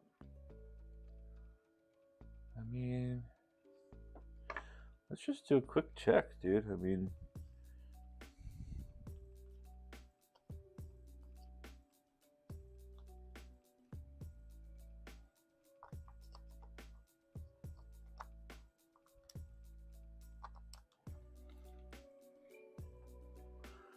I don't know. I'm gonna risk it for the biscuit here. I'm gonna give her just a quick little power on test and see if we get display now. I mean, we still might have issues, but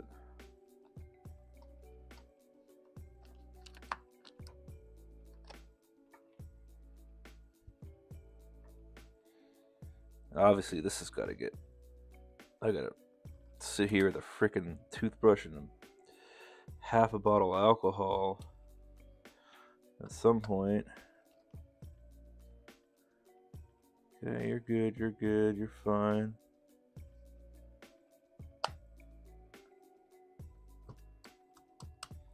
Okay, you're down as flat as you're gonna go. Let's just see.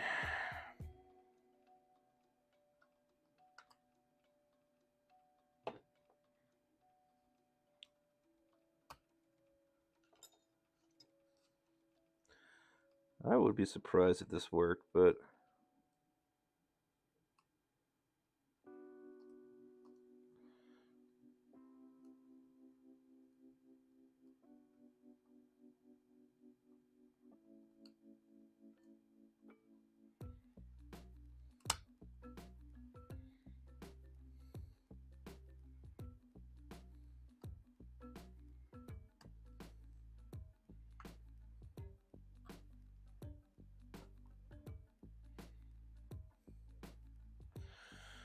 okay. Just so I don't have you shorten anything out.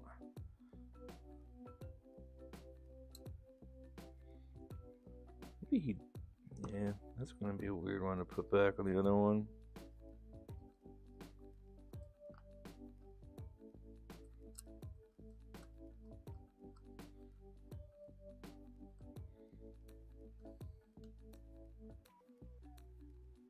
I'm only mucking with this Wi-Fi antenna, so it's not bopping around and bonking into anything.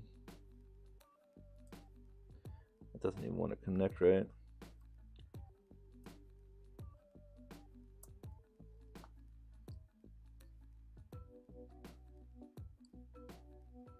This thing is sticky.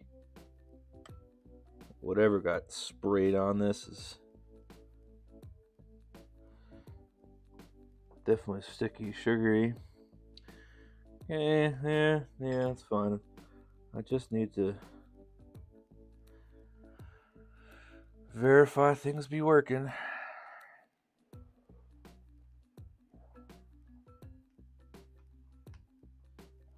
$15 volts. Nah. Still no display. She just rebooted. Dang. Knew it wasn't going to be that easy.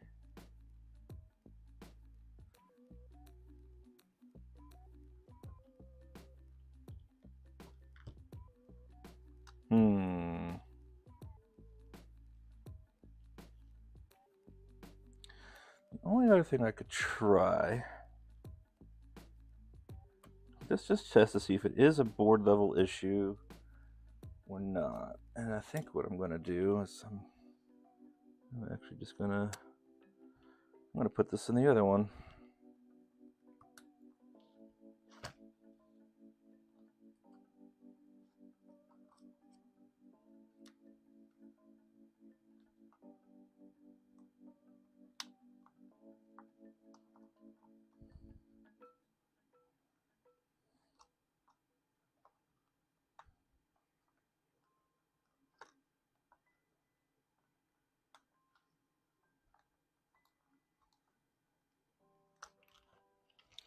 I don't like this new update with this USB port. Does just not want to separate very nicely.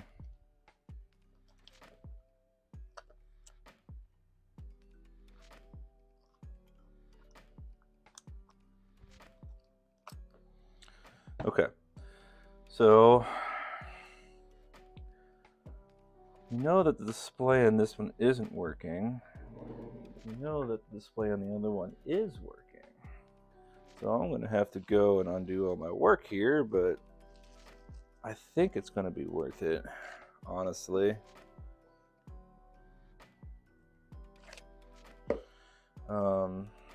Just because I could verify if the problem exists on the mobile or not.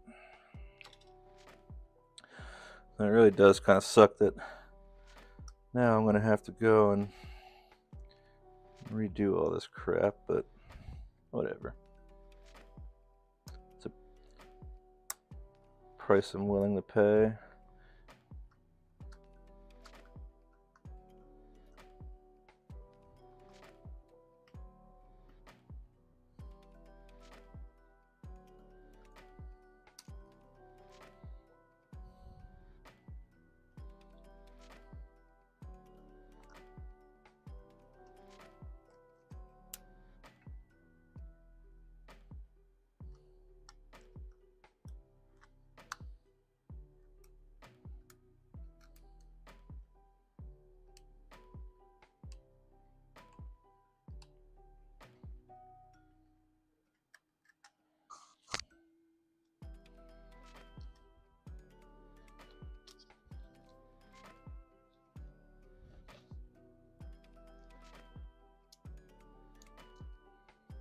Okay.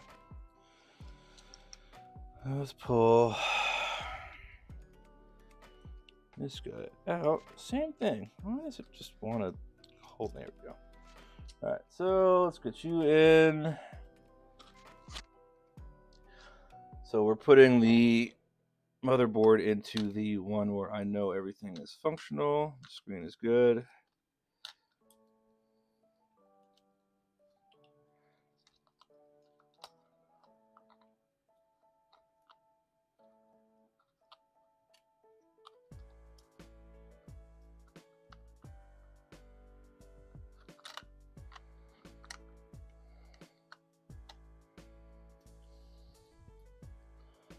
Honestly, just really need to see. Just kind of need to get this in place enough so that I can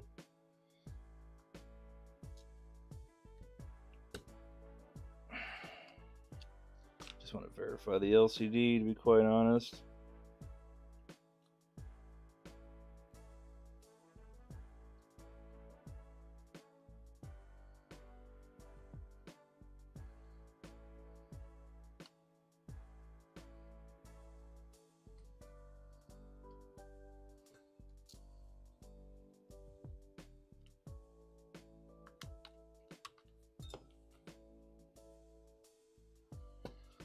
Okay. Moment of truth here, huh? No. Oh, yep. Yep. There we go.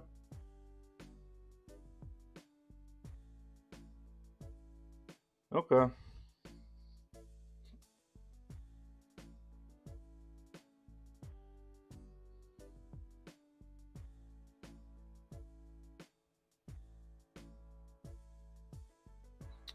Well, the board's good.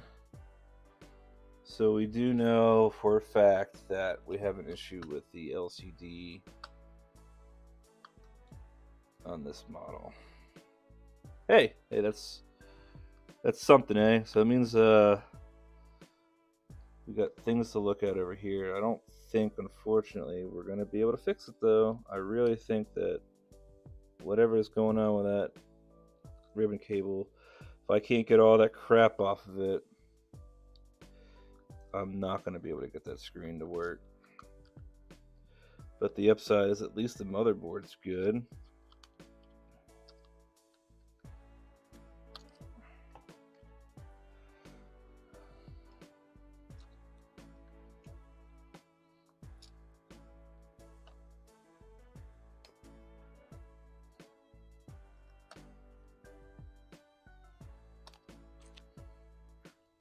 I guess it would help if I actually pulled the cable out of the socket there, huh?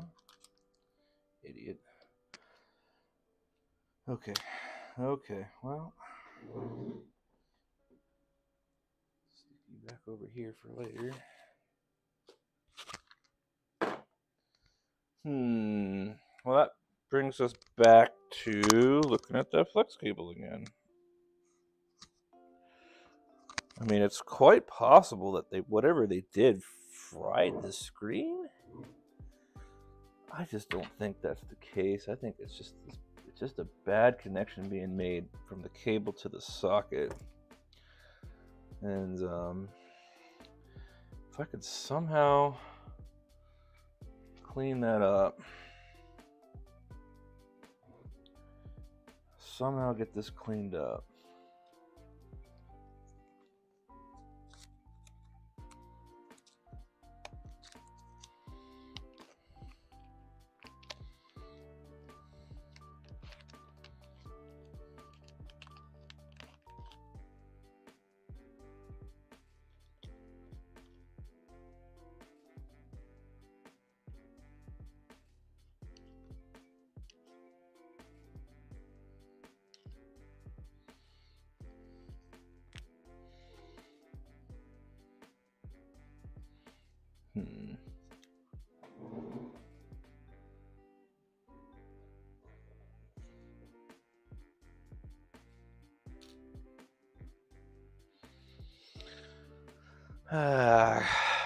I kind of had a feeling that it wasn't going to go on the first try.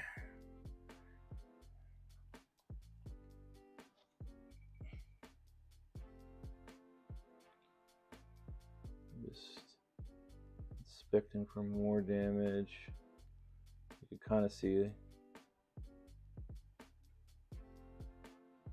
I mean, I don't know what. Did that break right there?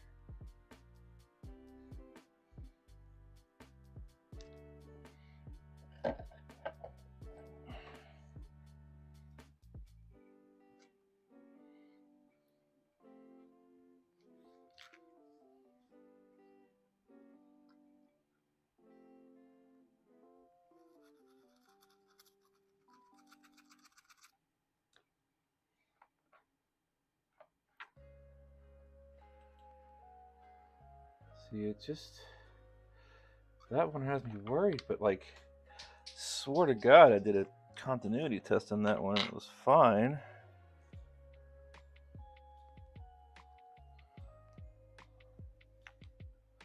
Now the issue that I'm having as well is that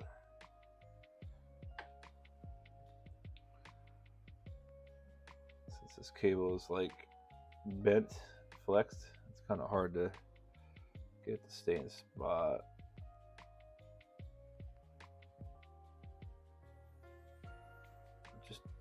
very, very gently scraping here. Try not to. I really feel like this is a coating on this thing, but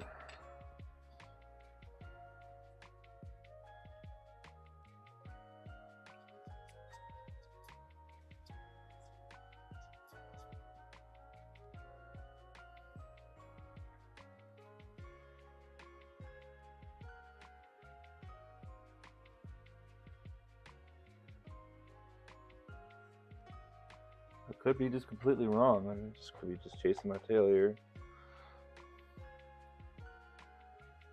Like you could still see the copper.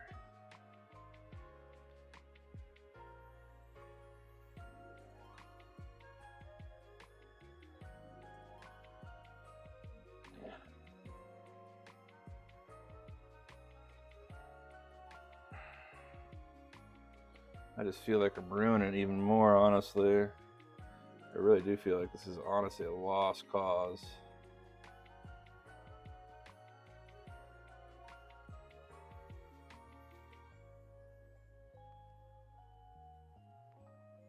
Like I just think this line right here I'm scraping on right now is just dead. It doesn't look like it is, but it probably is in terms of connectivity. See, like I look at it like that and it's fine. Look at it like that and it's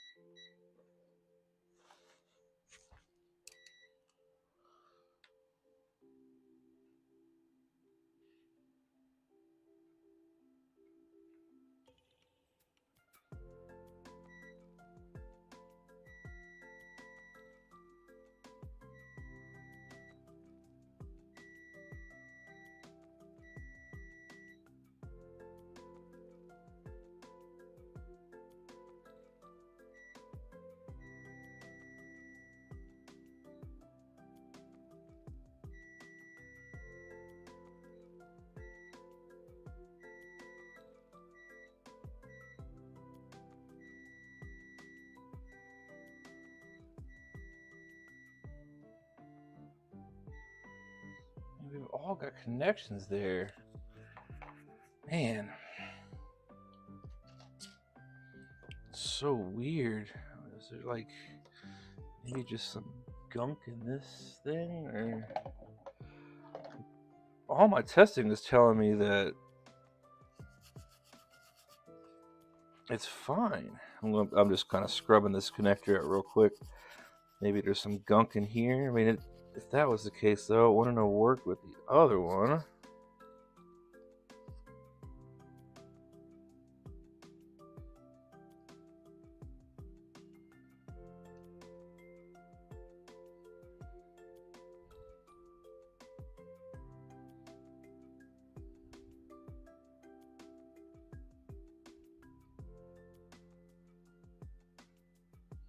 I gotta remember, I can't be so rough with these anymore, huh? They're these little metal spring clips. And I'm just not used to dealing with it. I almost destroyed. So I gotta be careful with that, I guess. I don't know, I mean...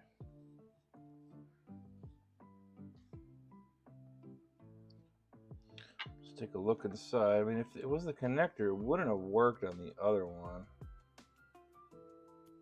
I mean, it's a little discolored there, but...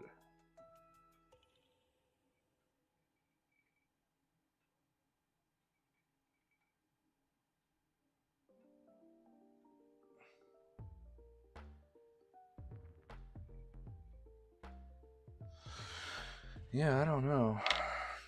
I mean, quite honest, it's like... It just feels that it's making good connection. It just, well, it's got continuity. So why does the screen not want to work?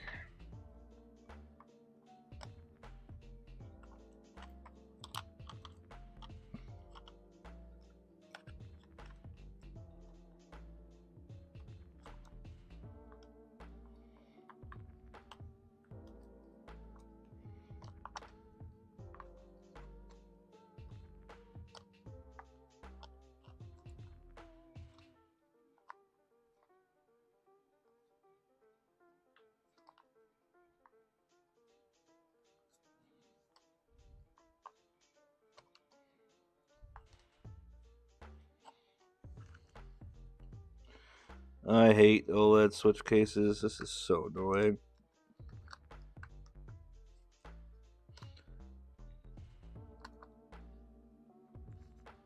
Are you not wanting to? See, it's just not liking something here. It feels like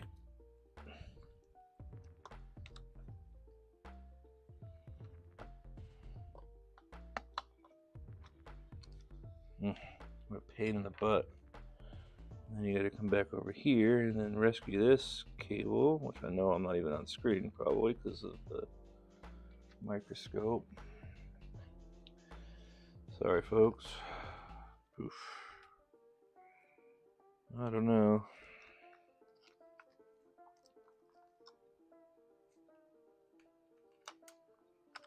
Okay, now we're a little bit better here, at least to the point where I think I should just be able to slot you in.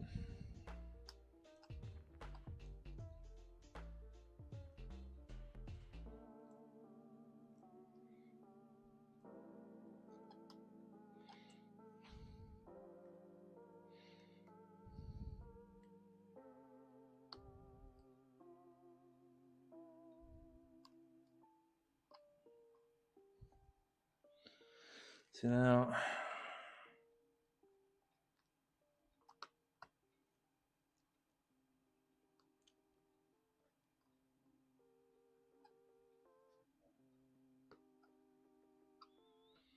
problem is, I think that even with, we're not gonna have that visible, are we?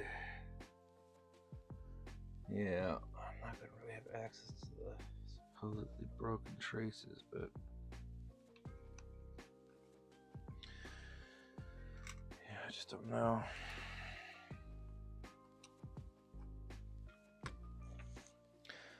I have a feeling that we're just gonna be dealing with a dead screen here. Yeah, 100%.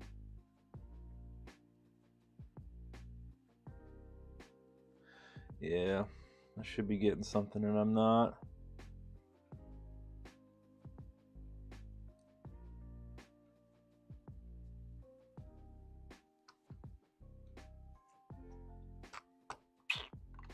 Crap.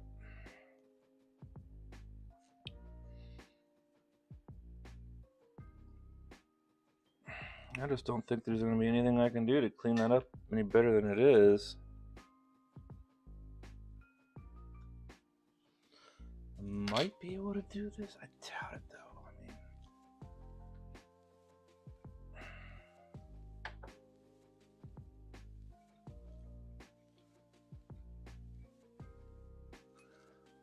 see, it's like I'm kind of curious.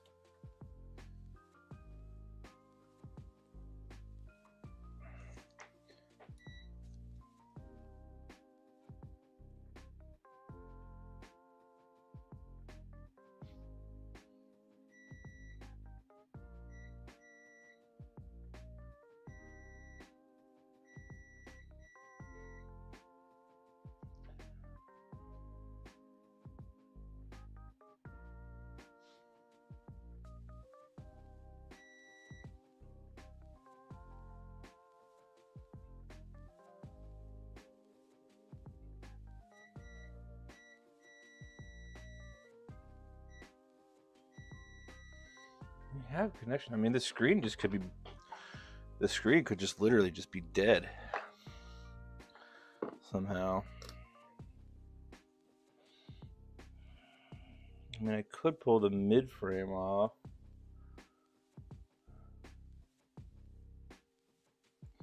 Only other thing I could try here.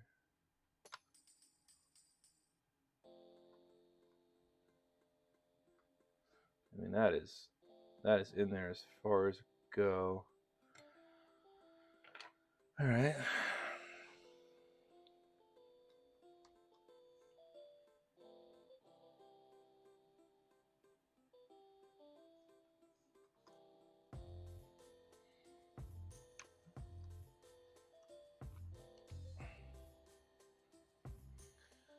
So I'm gonna let it boot, and then I'm gonna put some pressure on the connector, and then see if maybe we can get an image that way.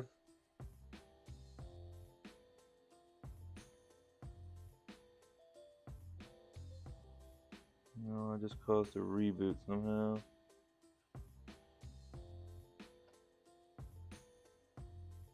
But no,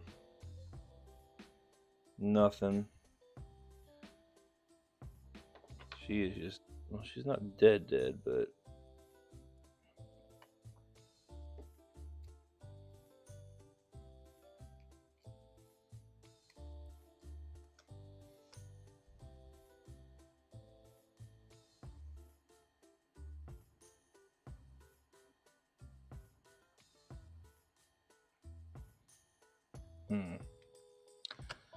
yeah, I'm thinking.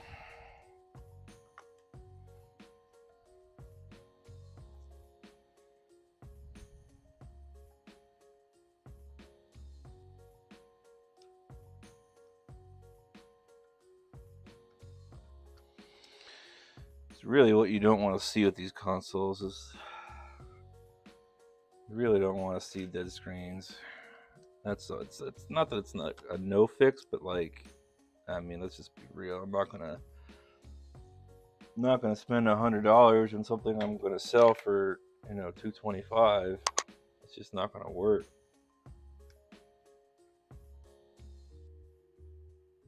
I'm just kind of seeing if I can get in the home screen here. There's the boot.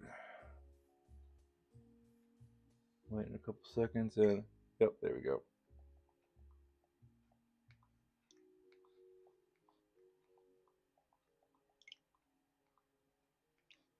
Okay, so we're in the home screen now, and I still don't think.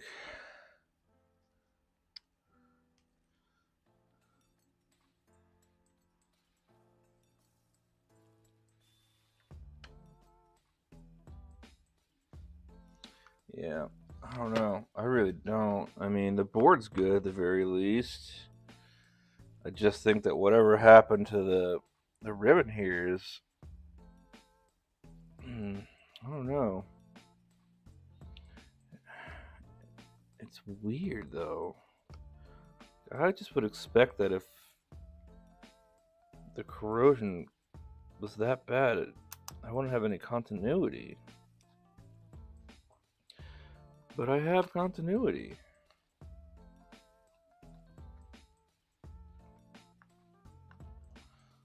So I just don't know what to think.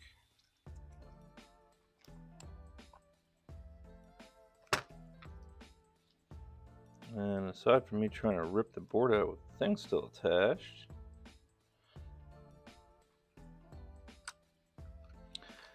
and I might have enough for continuity, but maybe I don't. Maybe not enough for signal, power.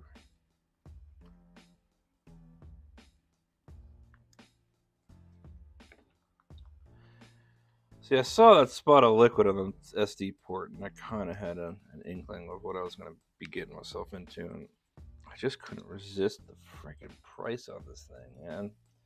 $160 shipped. Like, it's the cheapest OLED I've literally seen. But this is why I just don't understand.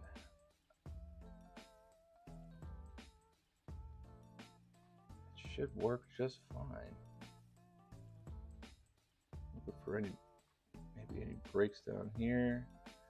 Like if I pull the mid frame off, is it gonna see, like it should be protected with this coating right here. Oh, it's not exposed copper like up here.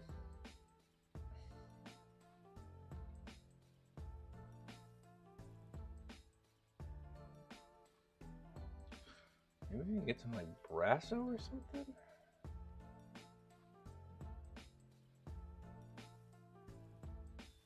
I just wonder if it's just poor contact because of whatever crap is on there, but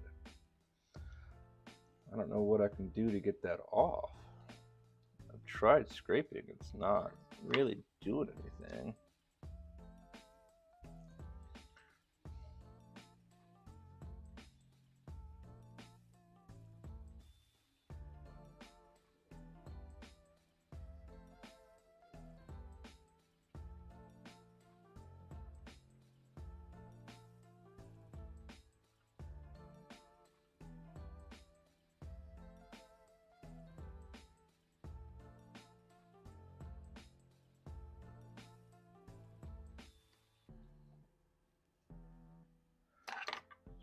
Literally just can't tell.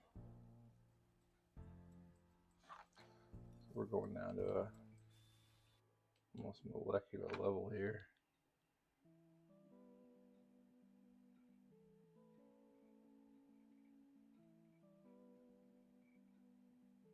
I just think whatever happened to it, it is just too far gone.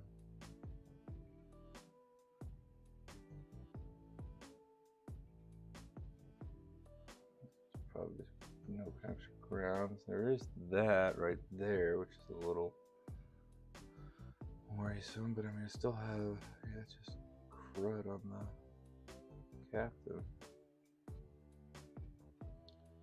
This is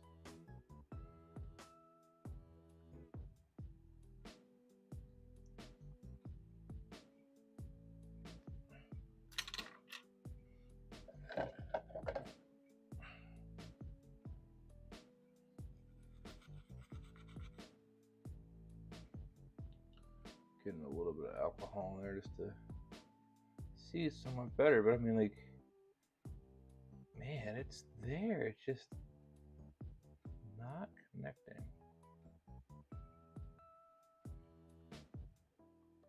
And I'm just guessing, I mean, it might have just fried the LCD, whatever. It could have shorted and just shorted out the LCD.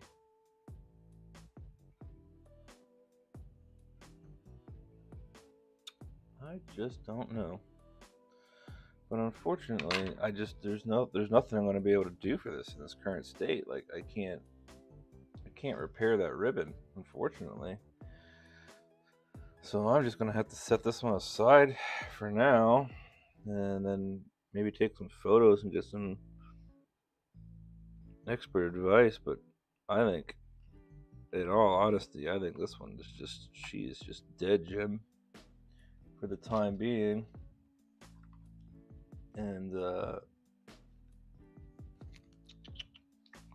well, we're just gonna have to deal with it and just have this one set aside for, maybe I'll get one in that's got a dead MOBO but a good screen, and I can put this in there and bada bing bada boom. Or maybe at some point the prices on the OLEDs for these things will drop down to a little bit more of an agreeable level and I can replace it or something, you know. But I just unfortunately, when it comes to this type of damage, there's just not much you can do besides what I did, and still doesn't make the most sense to me that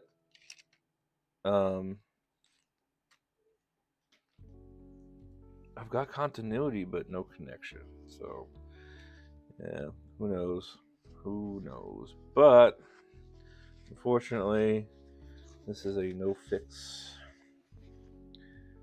I don't think I'm going to be able to do anything for this poor board, and we're just gonna have to suck it up on it and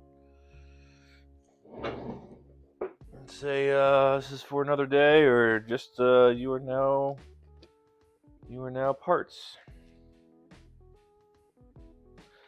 However, let's get this one put back together. I kind of want to see this back together and working again completely, and then I can get this off my plate and say I fixed an OLED.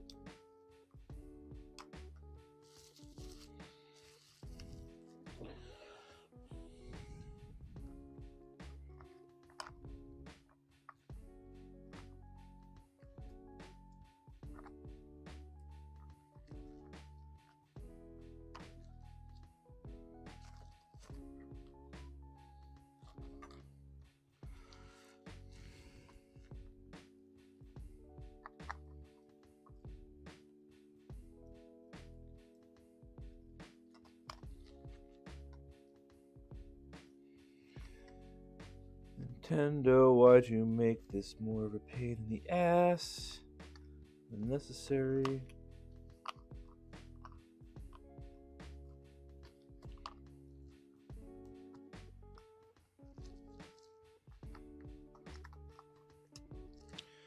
F this stupid USB shield. Really unnecessary. I'll see if I can't fit it in, but F it. It ain't doing nothing.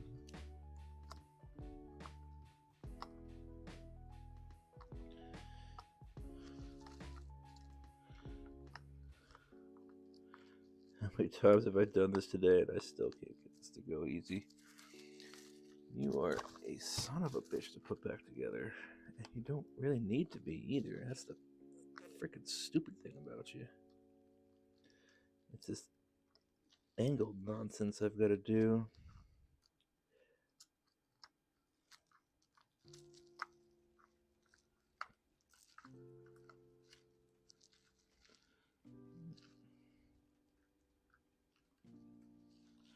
Okay, got that. I'm gonna grab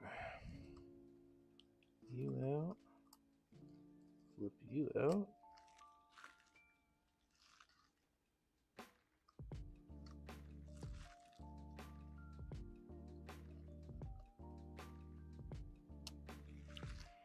Okay.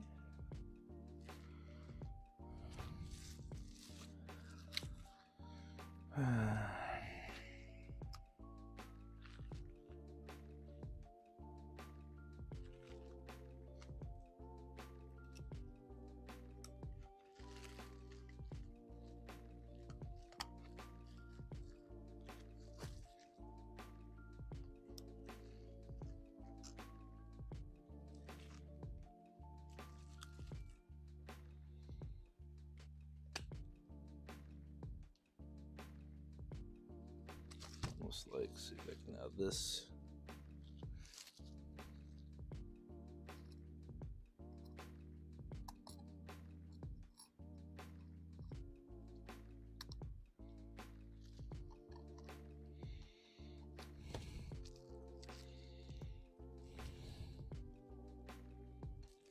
Okay. Let me put you on anyway, you son of a bitch, because fuck it. Why not?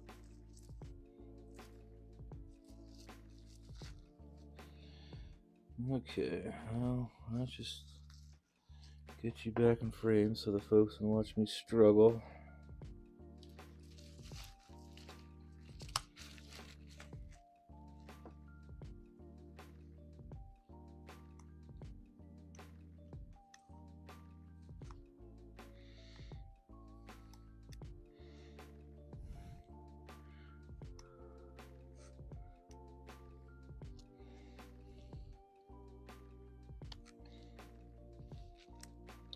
This one is just usually not a pain in the butt, but on this OLED model, it is just not wanting to slot in like the other one does.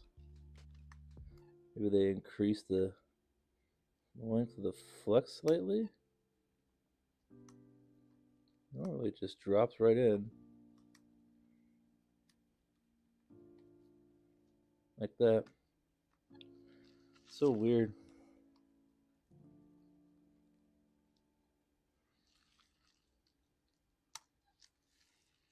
Okay. Okay. I get the speaker put in. Oh.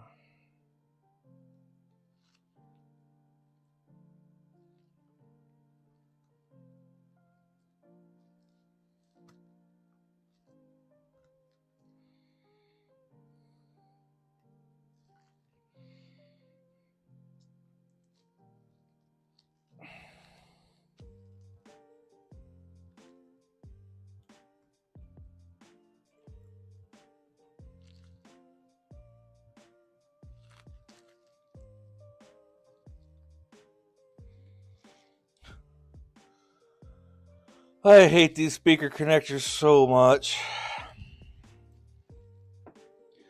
It should be like one of the easiest things to slot in, and they're not because of where they're located on a goddamn board.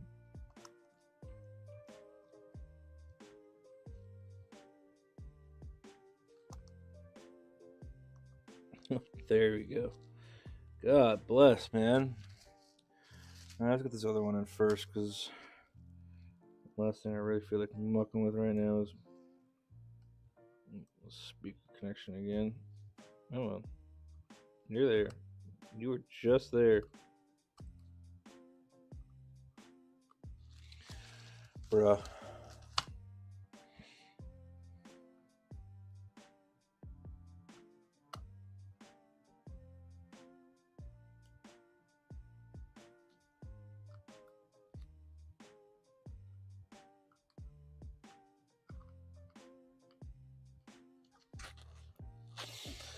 So, getting back to the other board while I fumble with this, the whole reason that I can't replace that cable, because that might be what you're thinking, is, well, why don't you just get a new flex cable for the LCD? Well, unfortunately, the way those things are designed is they're not, you're not able to replace those cables. They're either glued on or micro soldered in a way that you're just not going to be able to do it yourself. So when those cables get eaten away, just essentially it's just bye LCD. And I can't tell you how many water damage switch lights I've had where perfectly good LCD is no longer good because the backlight cable flex got corroded. I really wish they would make that serviceable, because I mean, while the switch light displays are not that expensive, they're still $30, but replacing the whole display is so painful and such a pain in the ass, and the chances of you getting it wrong are much higher than you getting it right. This would kind of help if I actually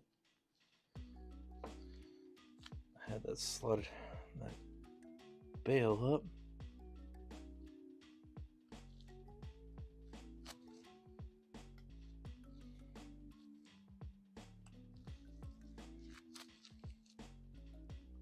Okay, and we're gonna get the LCD now.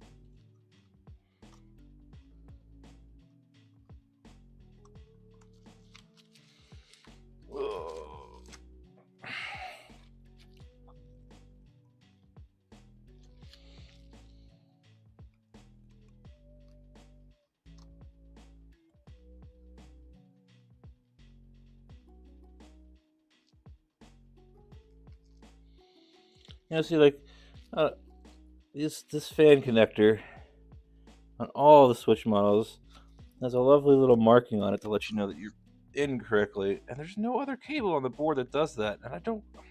Why is that not a standard? It's so helpful.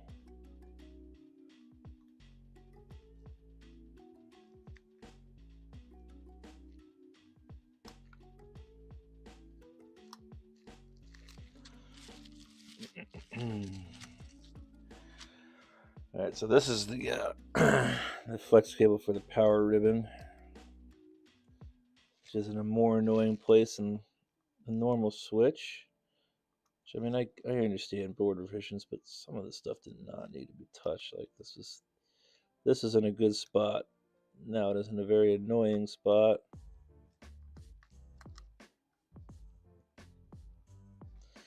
But easy enough, I suppose. All right, we're gonna do one last little quick sanity check.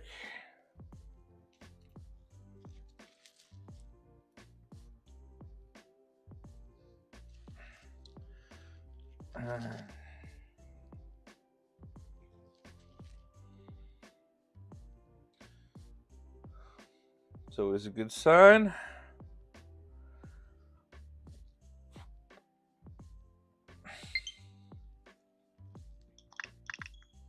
Okay, let's go to just verify volume up and down are working. They are. So we are going to just take the quick route and unplug. All right, so let's see if we can figure this out. Here you are. All right, so if I did this right, all of my screws should be maybe in the right spot, but I don't think that's the case. This is Mobo screws, I think. And then that should be case screws, right? Yeah, maybe it is. Okay, so we're getting there. Now, this guy had a short screw, if I remember right, in the right hand corner, and I do have a Mobo screw. So the two long ones are the USB, and then the rest are Mobos. Ooh, that was almost bad.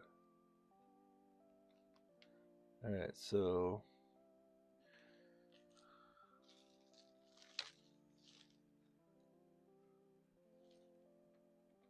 do that so I don't lose them. I've got to locate my screwdriver, which has decided to hide on me for the time being. Then knocking on the ground, which is a very big possibility. It's right in front of my face, but because I've got all this crap everywhere.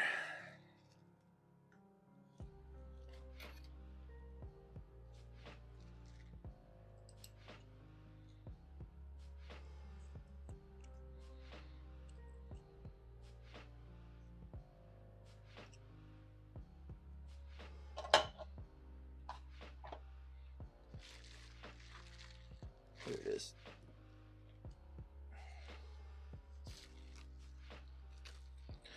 Alright, so just to make my life easier,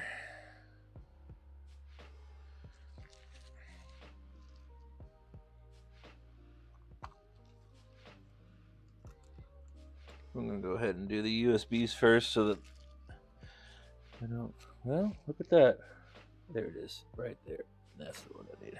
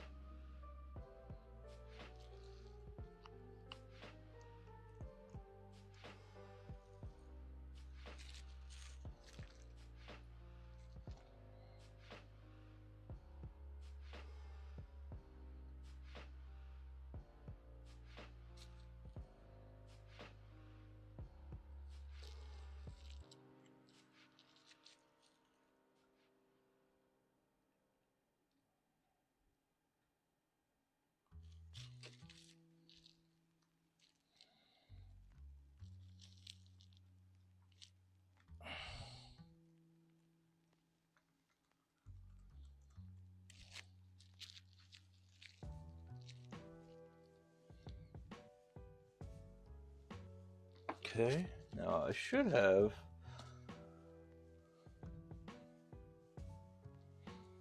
a set of screws.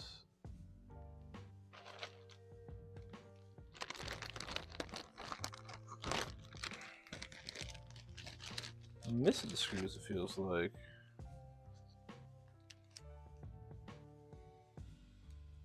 Those are all case screws. I feel like I'm missing screws now. Because I'm missing the screws for this. And a screw for this. Well, that's not good. Oh, where's the heat shield? I bet you I've got them taped to the freaking heat shield like an idiot. This is the... No, this is... Yes. Okay, we are good. But, let's see here.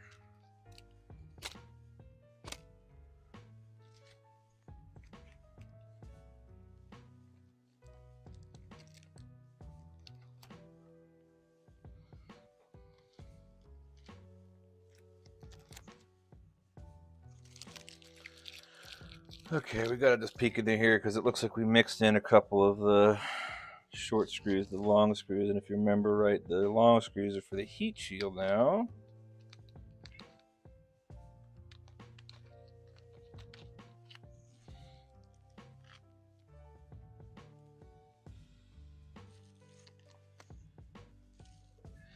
So we're gonna take the shorter screws here. Should have 4 of them, hopefully. 3. Well.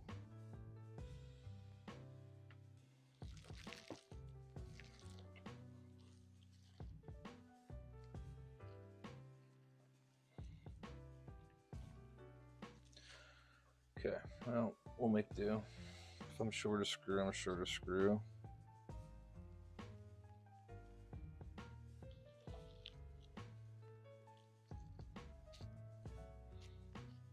A little bit of thermal paste here.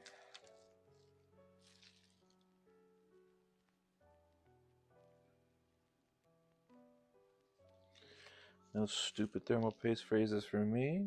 Kiss my ass with the perfect amount of thermal paste crap. Just put on what you think is going to be good. I like a nice, I don't know, just leave the top and the bottom exposed, and yeah, I think I'm going to clean this now.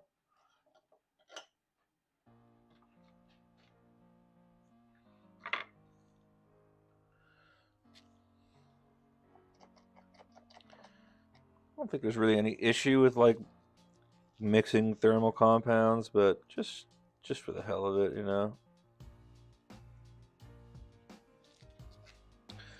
I'll just give her a quick little wipe down here. I don't think it really would matter anyway. This heatsink is looking a little dirty though. I don't know if this is liquid damage or from the tape.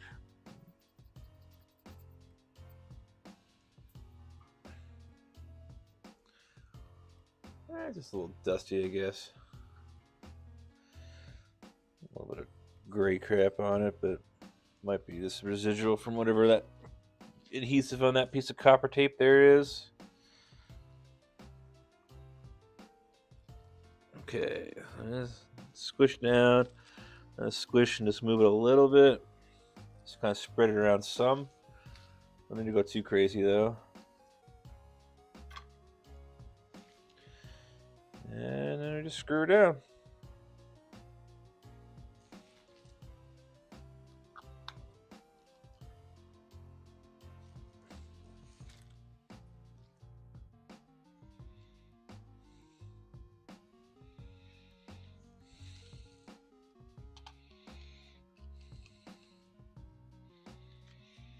And the last one for the heat pipe. Okay.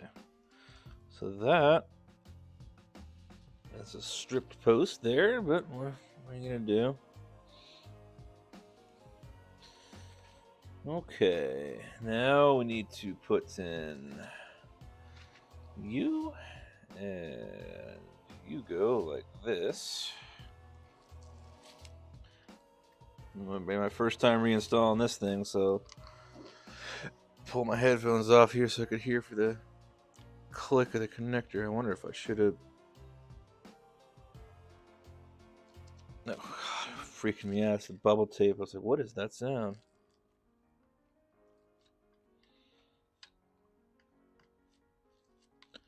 Okay, that wasn't easy enough.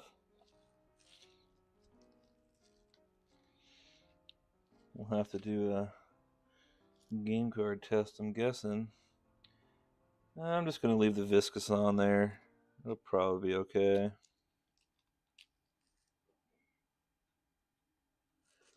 Now, this is somewhat giving me fits before. I think these rubber bits slide in like that. You go like that. And I might have to. Oh, look at the other one.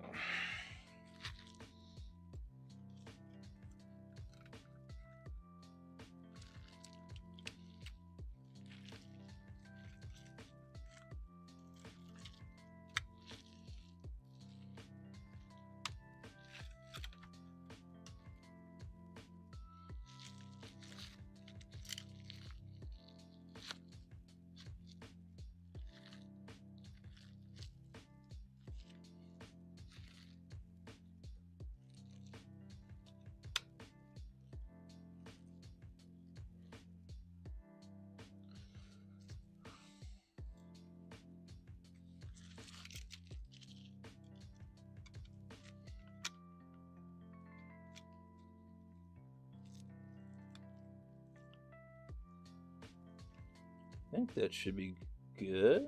Yeah.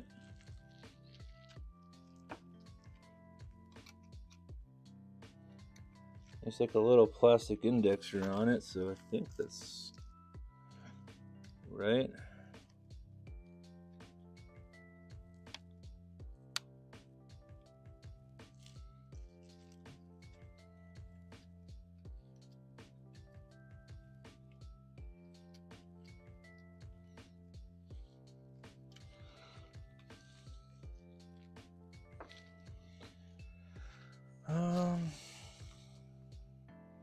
Guess we'll start trying to put this back together.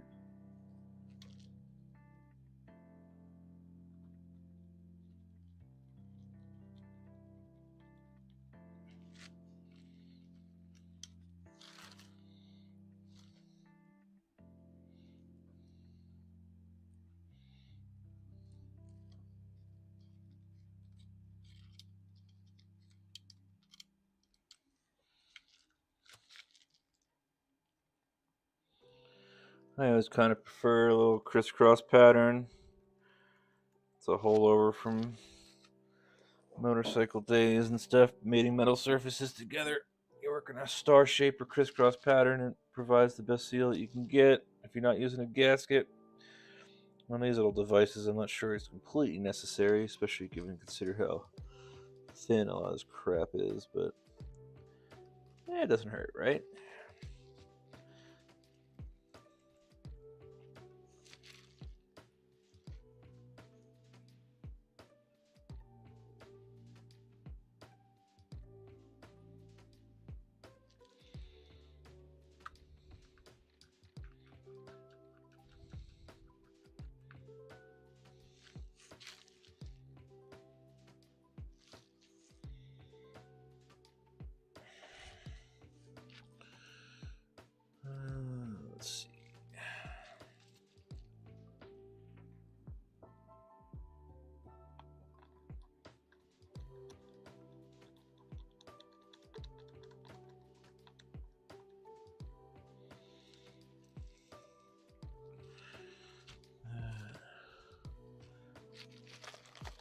See, I feel like I'm definitely missing screws.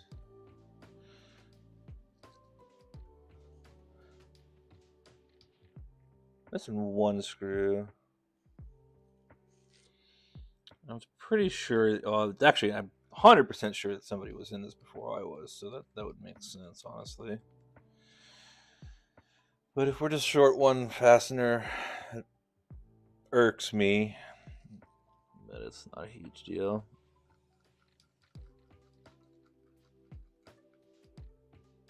Okay. Then we're going to clip these Wi-Fi antennas in, and then we're going to give her a nice test.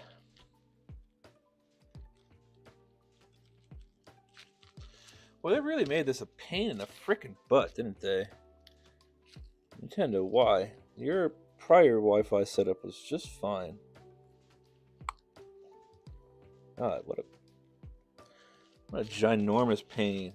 It's like putting them so close to the frickin' shielding, and so you get kind of forced to use a tweezer tool. I really can't get my finger in on this one, can I? Eh, I can. It's still not very good. What a pain. Nintendo, why?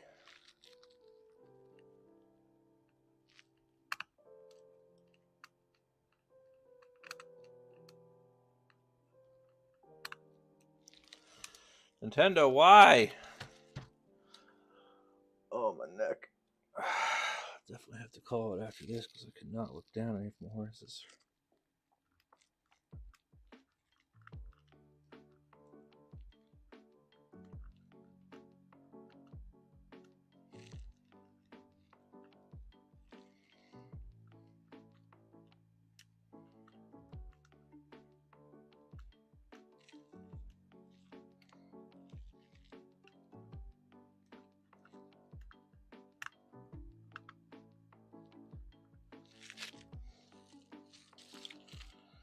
You're not connected, but you're about to be.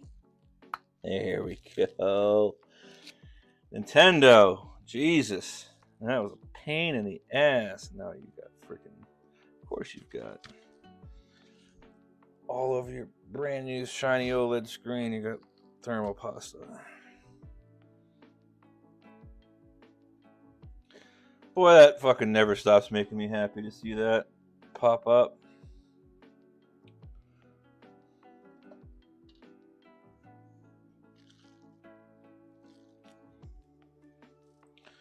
Obviously, we're going to have to get rid of the parental controls.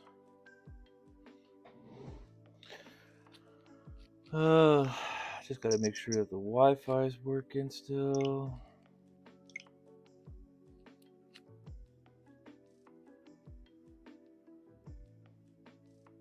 Yes, sir. Okay. And then I've got to find you now, but...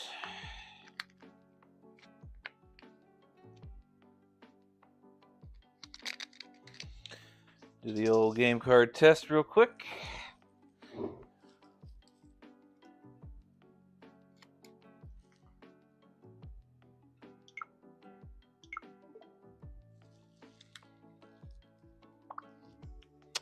Working? We are good to go.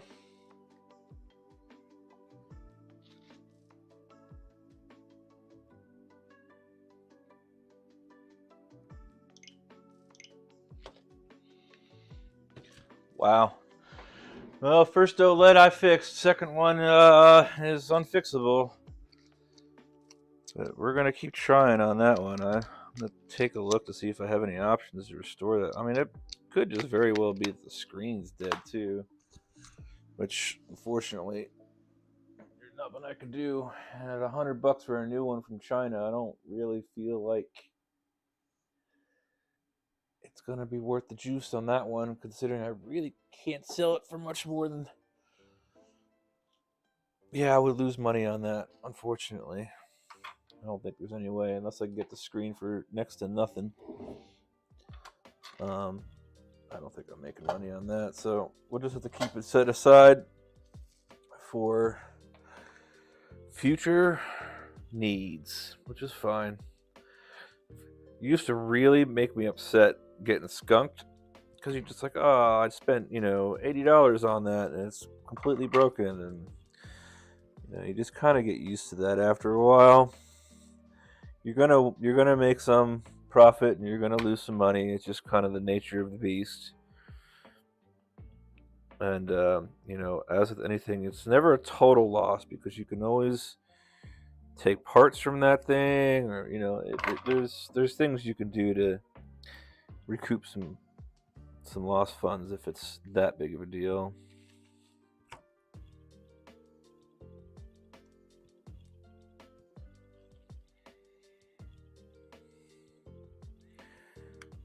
Maybe I'm missing more than one screw, huh? I'll look through my little bag here, but I'm pretty sure that was it. I've got the normal. Yeah, those are normal case screws.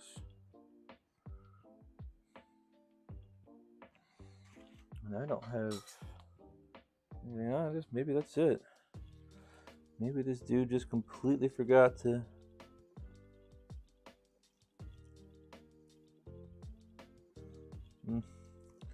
It's sad, but not a huge loss.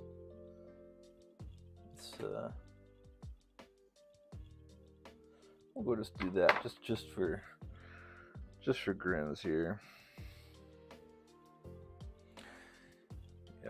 I really don't understand this antenna design change. I really don't get it.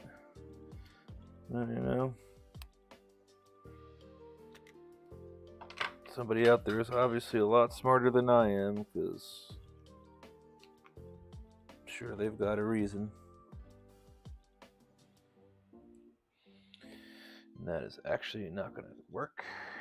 I'm going to have to just peel you back just a little bit here.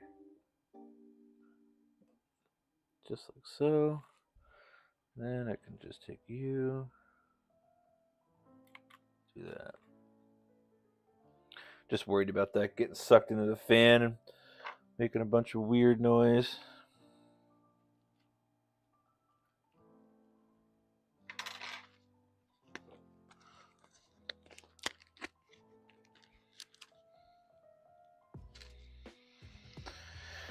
But no, I will say one thing I really do enjoy about the new switches is this kickstand redesign was well done. Well done.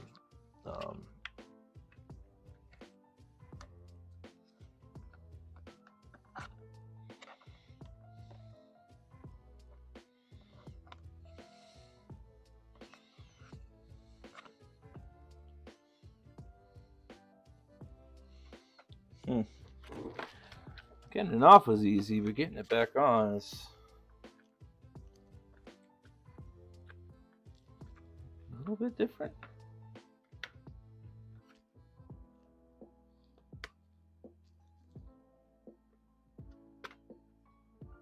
I guess it's just the top screws that need to come out.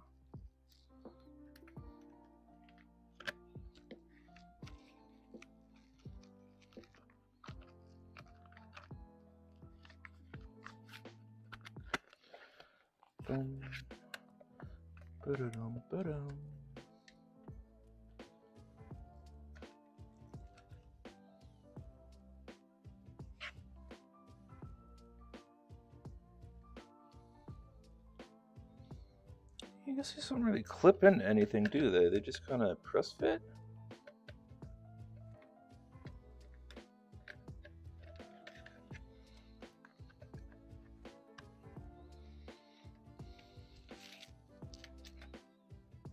Oh, no, don't do that. God dang it. No, don't tell me I ruined that. Okay. We're okay.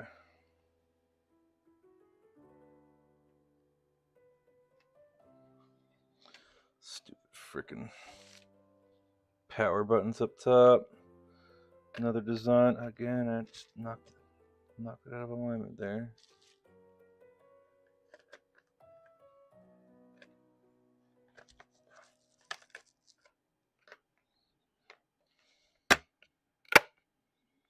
Yeah, it just kind of clips in, I guess. Maybe.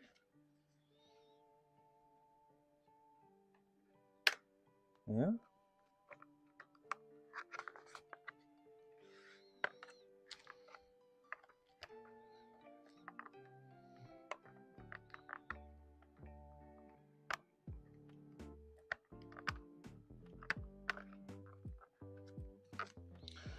Boy, Nintendo, you get a major fail on this design here.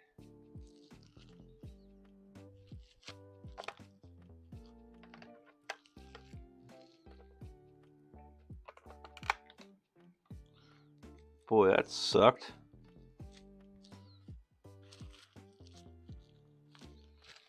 Okay.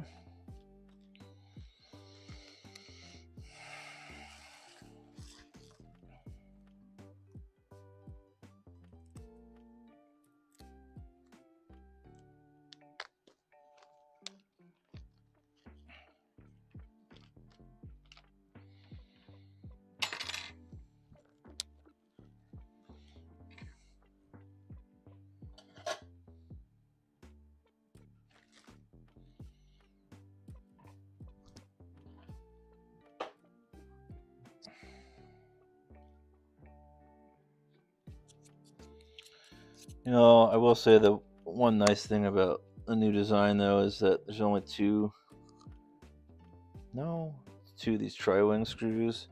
And I do feel more magnetic than the previous versions, and I do believe they are cross-compatible, so it's always nice.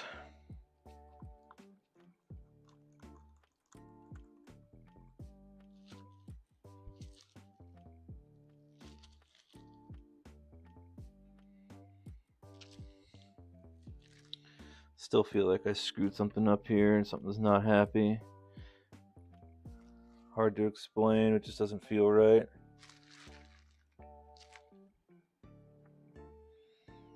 Still like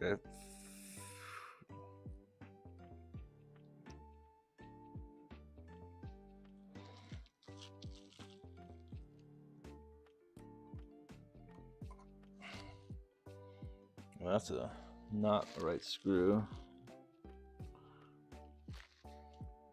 That's what I needed.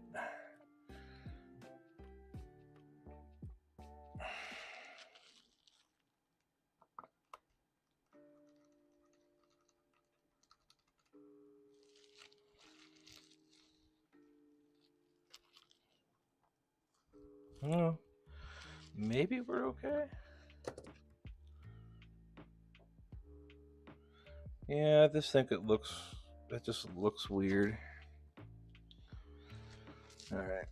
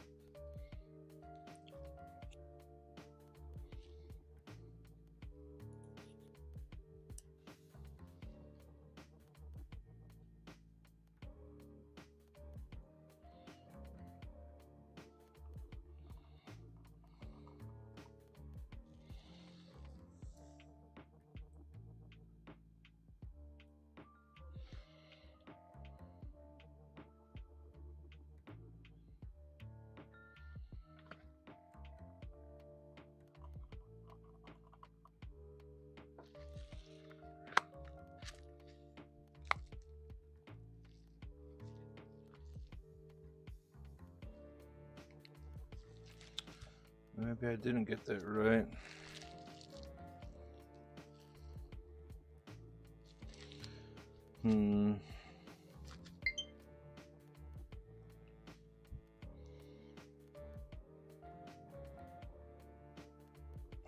Power button's looking a little weird to me, but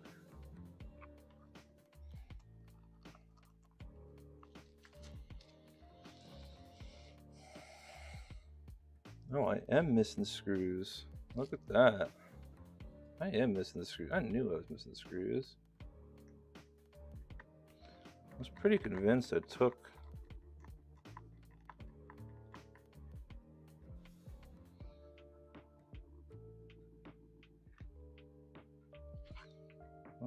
Okay.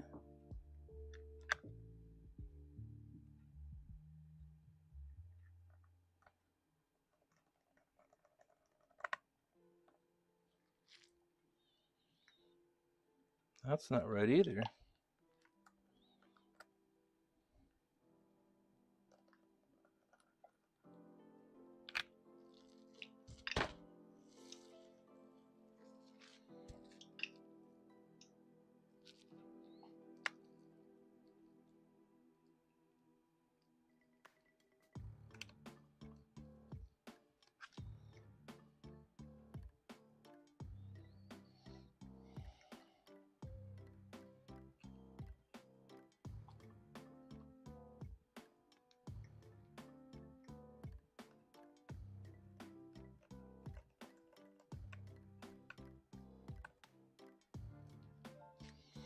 That went in just fine. Yeah, this side case is not sealed correctly. There's something funky going on here. And I'm gonna have to pull this all apart again. Oh, god dang it. I'm pretty sure it's because the power button is not in the right spot. Yeah, there's just like this little bit of flex in the case right here.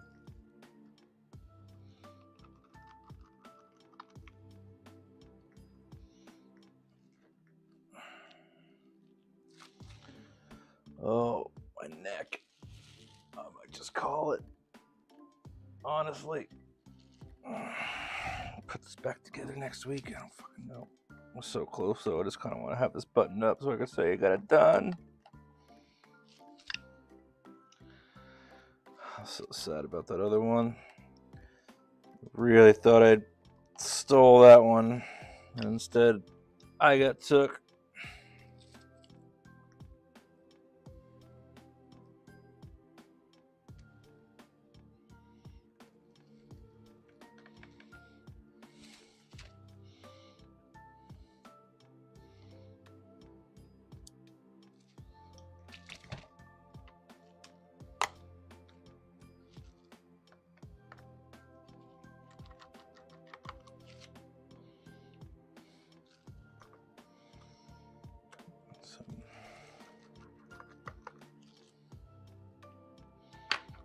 Really convinced.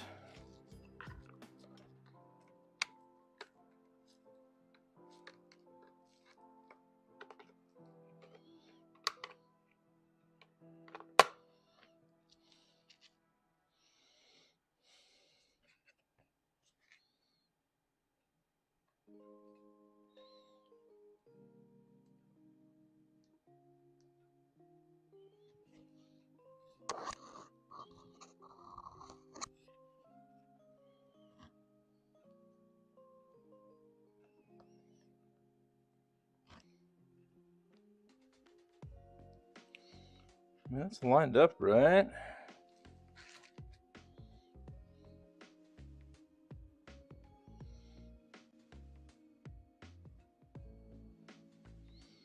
That put in right. You're looking fine.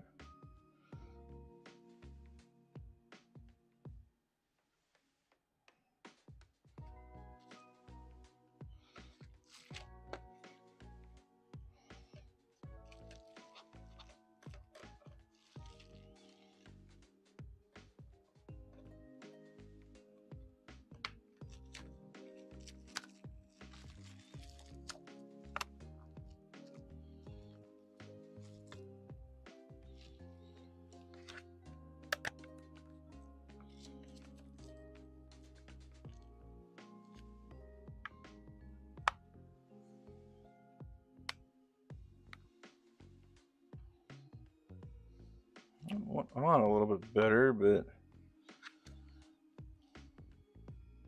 still this weird, like, bowing.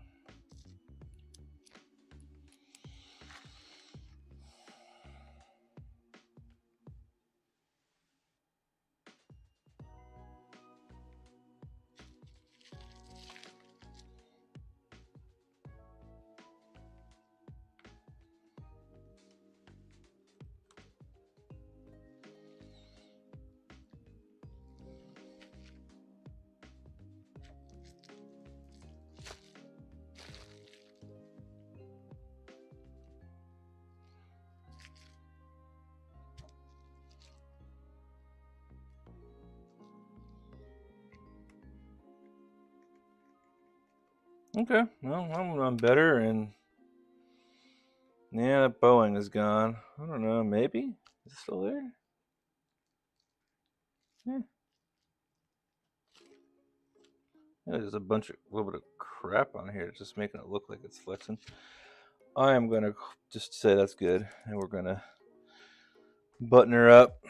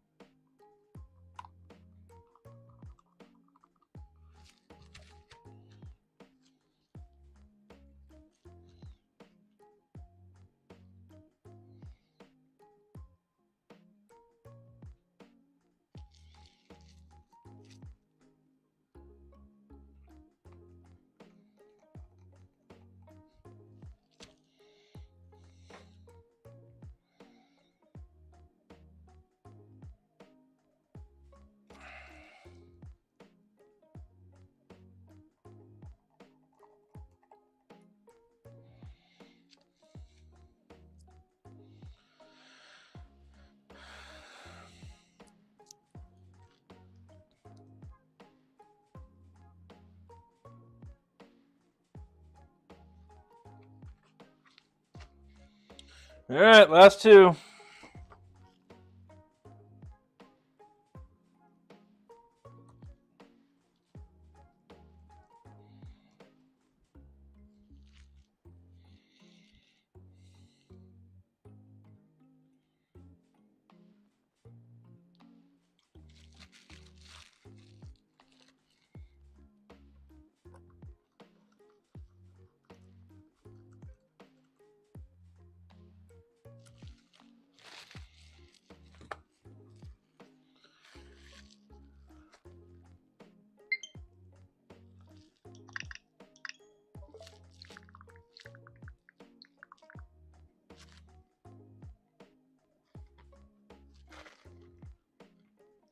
I tried this card last time.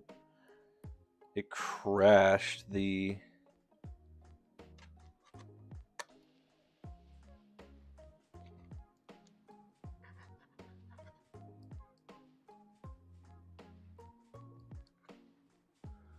That doesn't seem to even being. Ooh.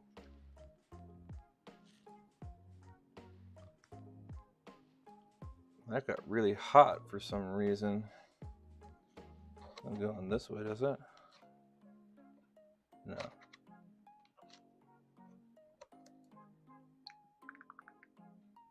Well, the SD card's not working. There's a short.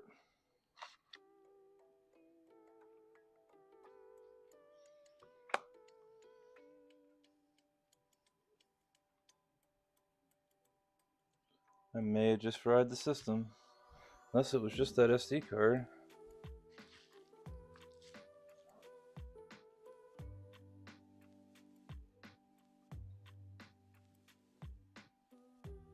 Yeah.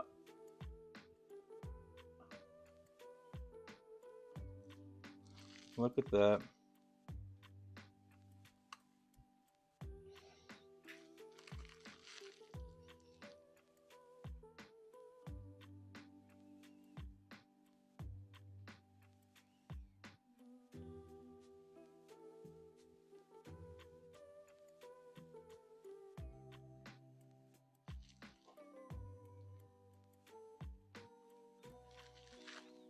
Okay, thank God.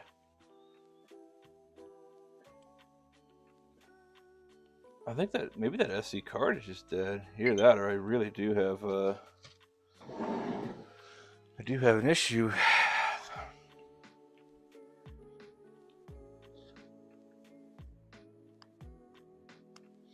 I'm gonna grab an SD card I know is good.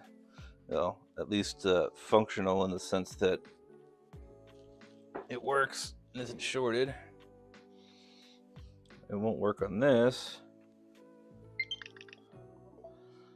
but should give me the normal error message, which is, you know, came from another system or whatever, got to format it, yada yada yada. Yep. Okay. I guess it's just that SD card must be dead. I don't like that new SD card slot design either. There she is, folks. We have a working Switch OLED. Oh, after all that, man, what a day. I've been streaming now for 3 hours. And I think it is time to call it quits. Whew, boy, that was a good one, though. Been waiting, trying to get this one done for a couple weeks now. I've been waiting on parts from China. I have to troll around here and see if I can't find that screw. I don't know how I lost that screw. I feel like I was pretty careful with all the OLED stuff, but I'm guessing I wasn't as careful as I thought. And thankfully, it really comes to it, that missing screw that I'm looking for right now is a common one. I could just swap it from another Switch I have, which isn't going to ever get put back together. But yeah, it's not looking like it's over here anywhere. Well, shoot. You know, I thought I had done a pretty damn good job of keeping on screen. And maybe I did, you know. I'll go back and look through my old video and see if maybe it was missing back then. But that is fan-freaking-tastic.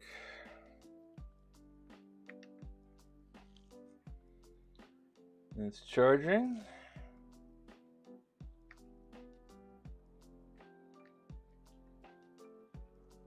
On both sides.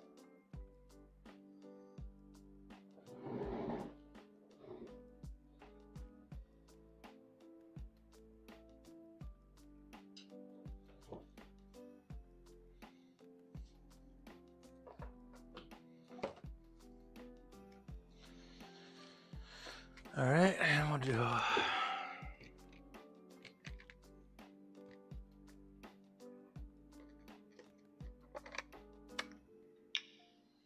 right Joy-Con,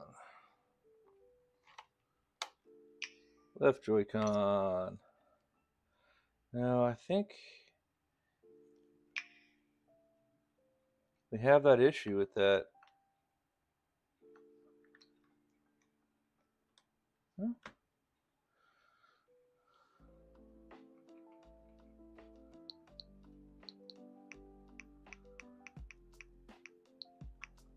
But this stick isn't even working.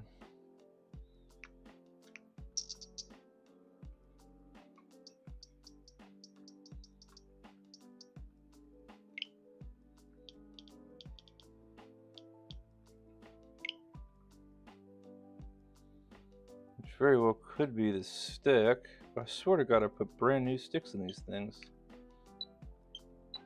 Yeah, that's fine. Back to being sticky again. Really not too concerned about freaking Joy-Cons, but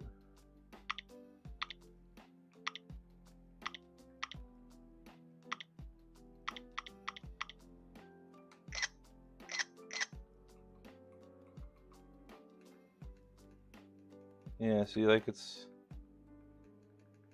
not capturing button clicks. Now it's not even, oh, now, yeah.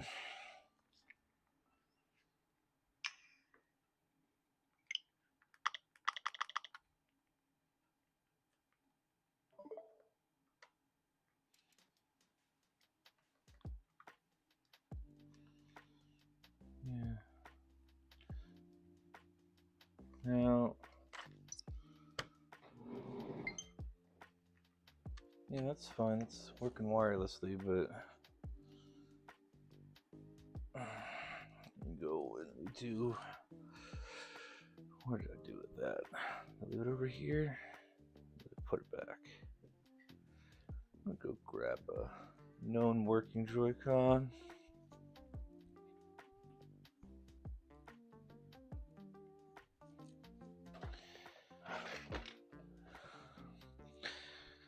I mean, it might be I screwed up and for some reason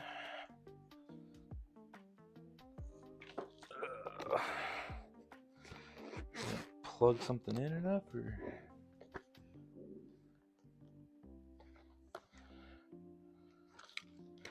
this one I know works because it's my personal Joy-Con.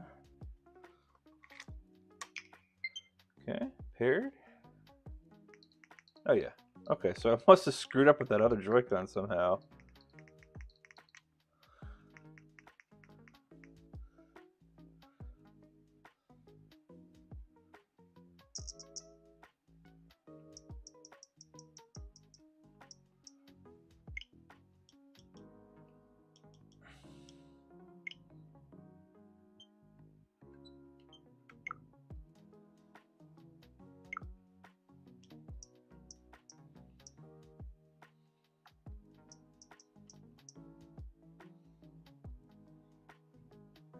I do have to go swap the port on this. It's very touchy. Comes back, it could just be the cable.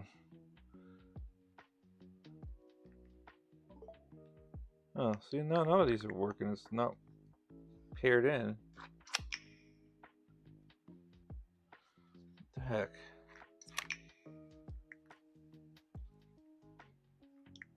No, we're Bluetooth now. It's working, but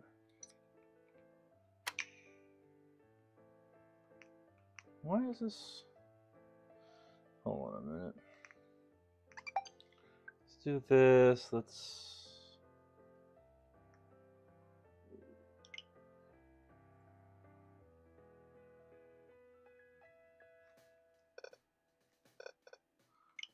There's a way.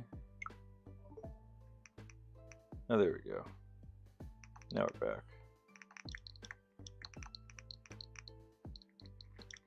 Okay. Huh.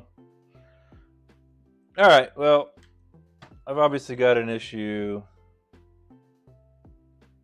with some things here. I don't know if this is a cable issue or if it's a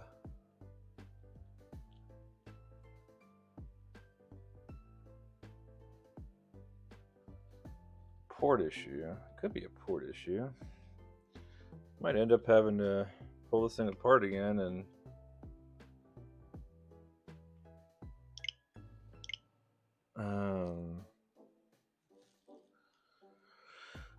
solder on a new USB port possibly, which I really don't want to do. I've got some spares for the OLED, thankfully, but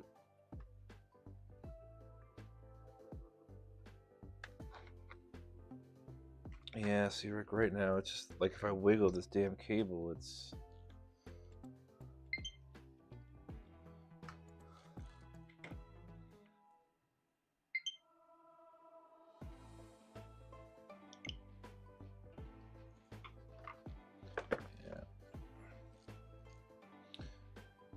I'm gonna just leave this as it is. Okay, guys. It's been a long one for me. I'm just gonna wrap it up. You know, we did have a semi-successful day. I didn't get to the Switch Lite rebuild, but that's fine. I wasn't really looking forward to that anyway. We'll save that one for next week, maybe. Maybe next week we'll finally get to this Xbox Series X that I've been having next to me for the past couple of months, but we'll see. Today was a pretty good day. I got the one OLED working that I knew I'd be able to get working. The other one looks like the screen is either completely dead on it, or I'm gonna have to figure out some way to make that connection better. But it is not working. But you know, it is what it is. It was a good day today, and I'm happy to get my first ever Switch OLED functioning, so to speak. I still think I might have to go back in here and touch up that USB port because can't tell if it's the cable I've got or if it's the something in there that's not soldered right. Judging from the repair work I had to do on it, my guess is probably probably in need of some love. But we'll tackle that one next week. So coming up next week, we're going to revisit that Game Boy Color if the parts arrive for it, and hopefully finally 100% get that thing buttoned up. I do have some other mods I'm going to suss out. I'm probably going to do my Neo Geo Pocket next week. I'd love to get that one done. And then hopefully next Sunday we'll rebuild that broken Switch Lite and get that one, and just show you how to do some trace repair and jump that backlight and get that functional again. And we'll have a challenge board as well be coming in on Monday, so we'll see if we can get that one up and running. I got that one for next to nothing, so I really kind of just bought it more for parts board, but we'll see if we can get it working. And if we do get that one working, I think I'm going to turn it into a modded Switch Lite. So yeah, I think that's going to do it for me today, and I will see you guys next week. Have a good rest of your weekend, and thanks for stopping by. If you stop by and likes, follows, subscribes, thank you all, and I'll see you next week.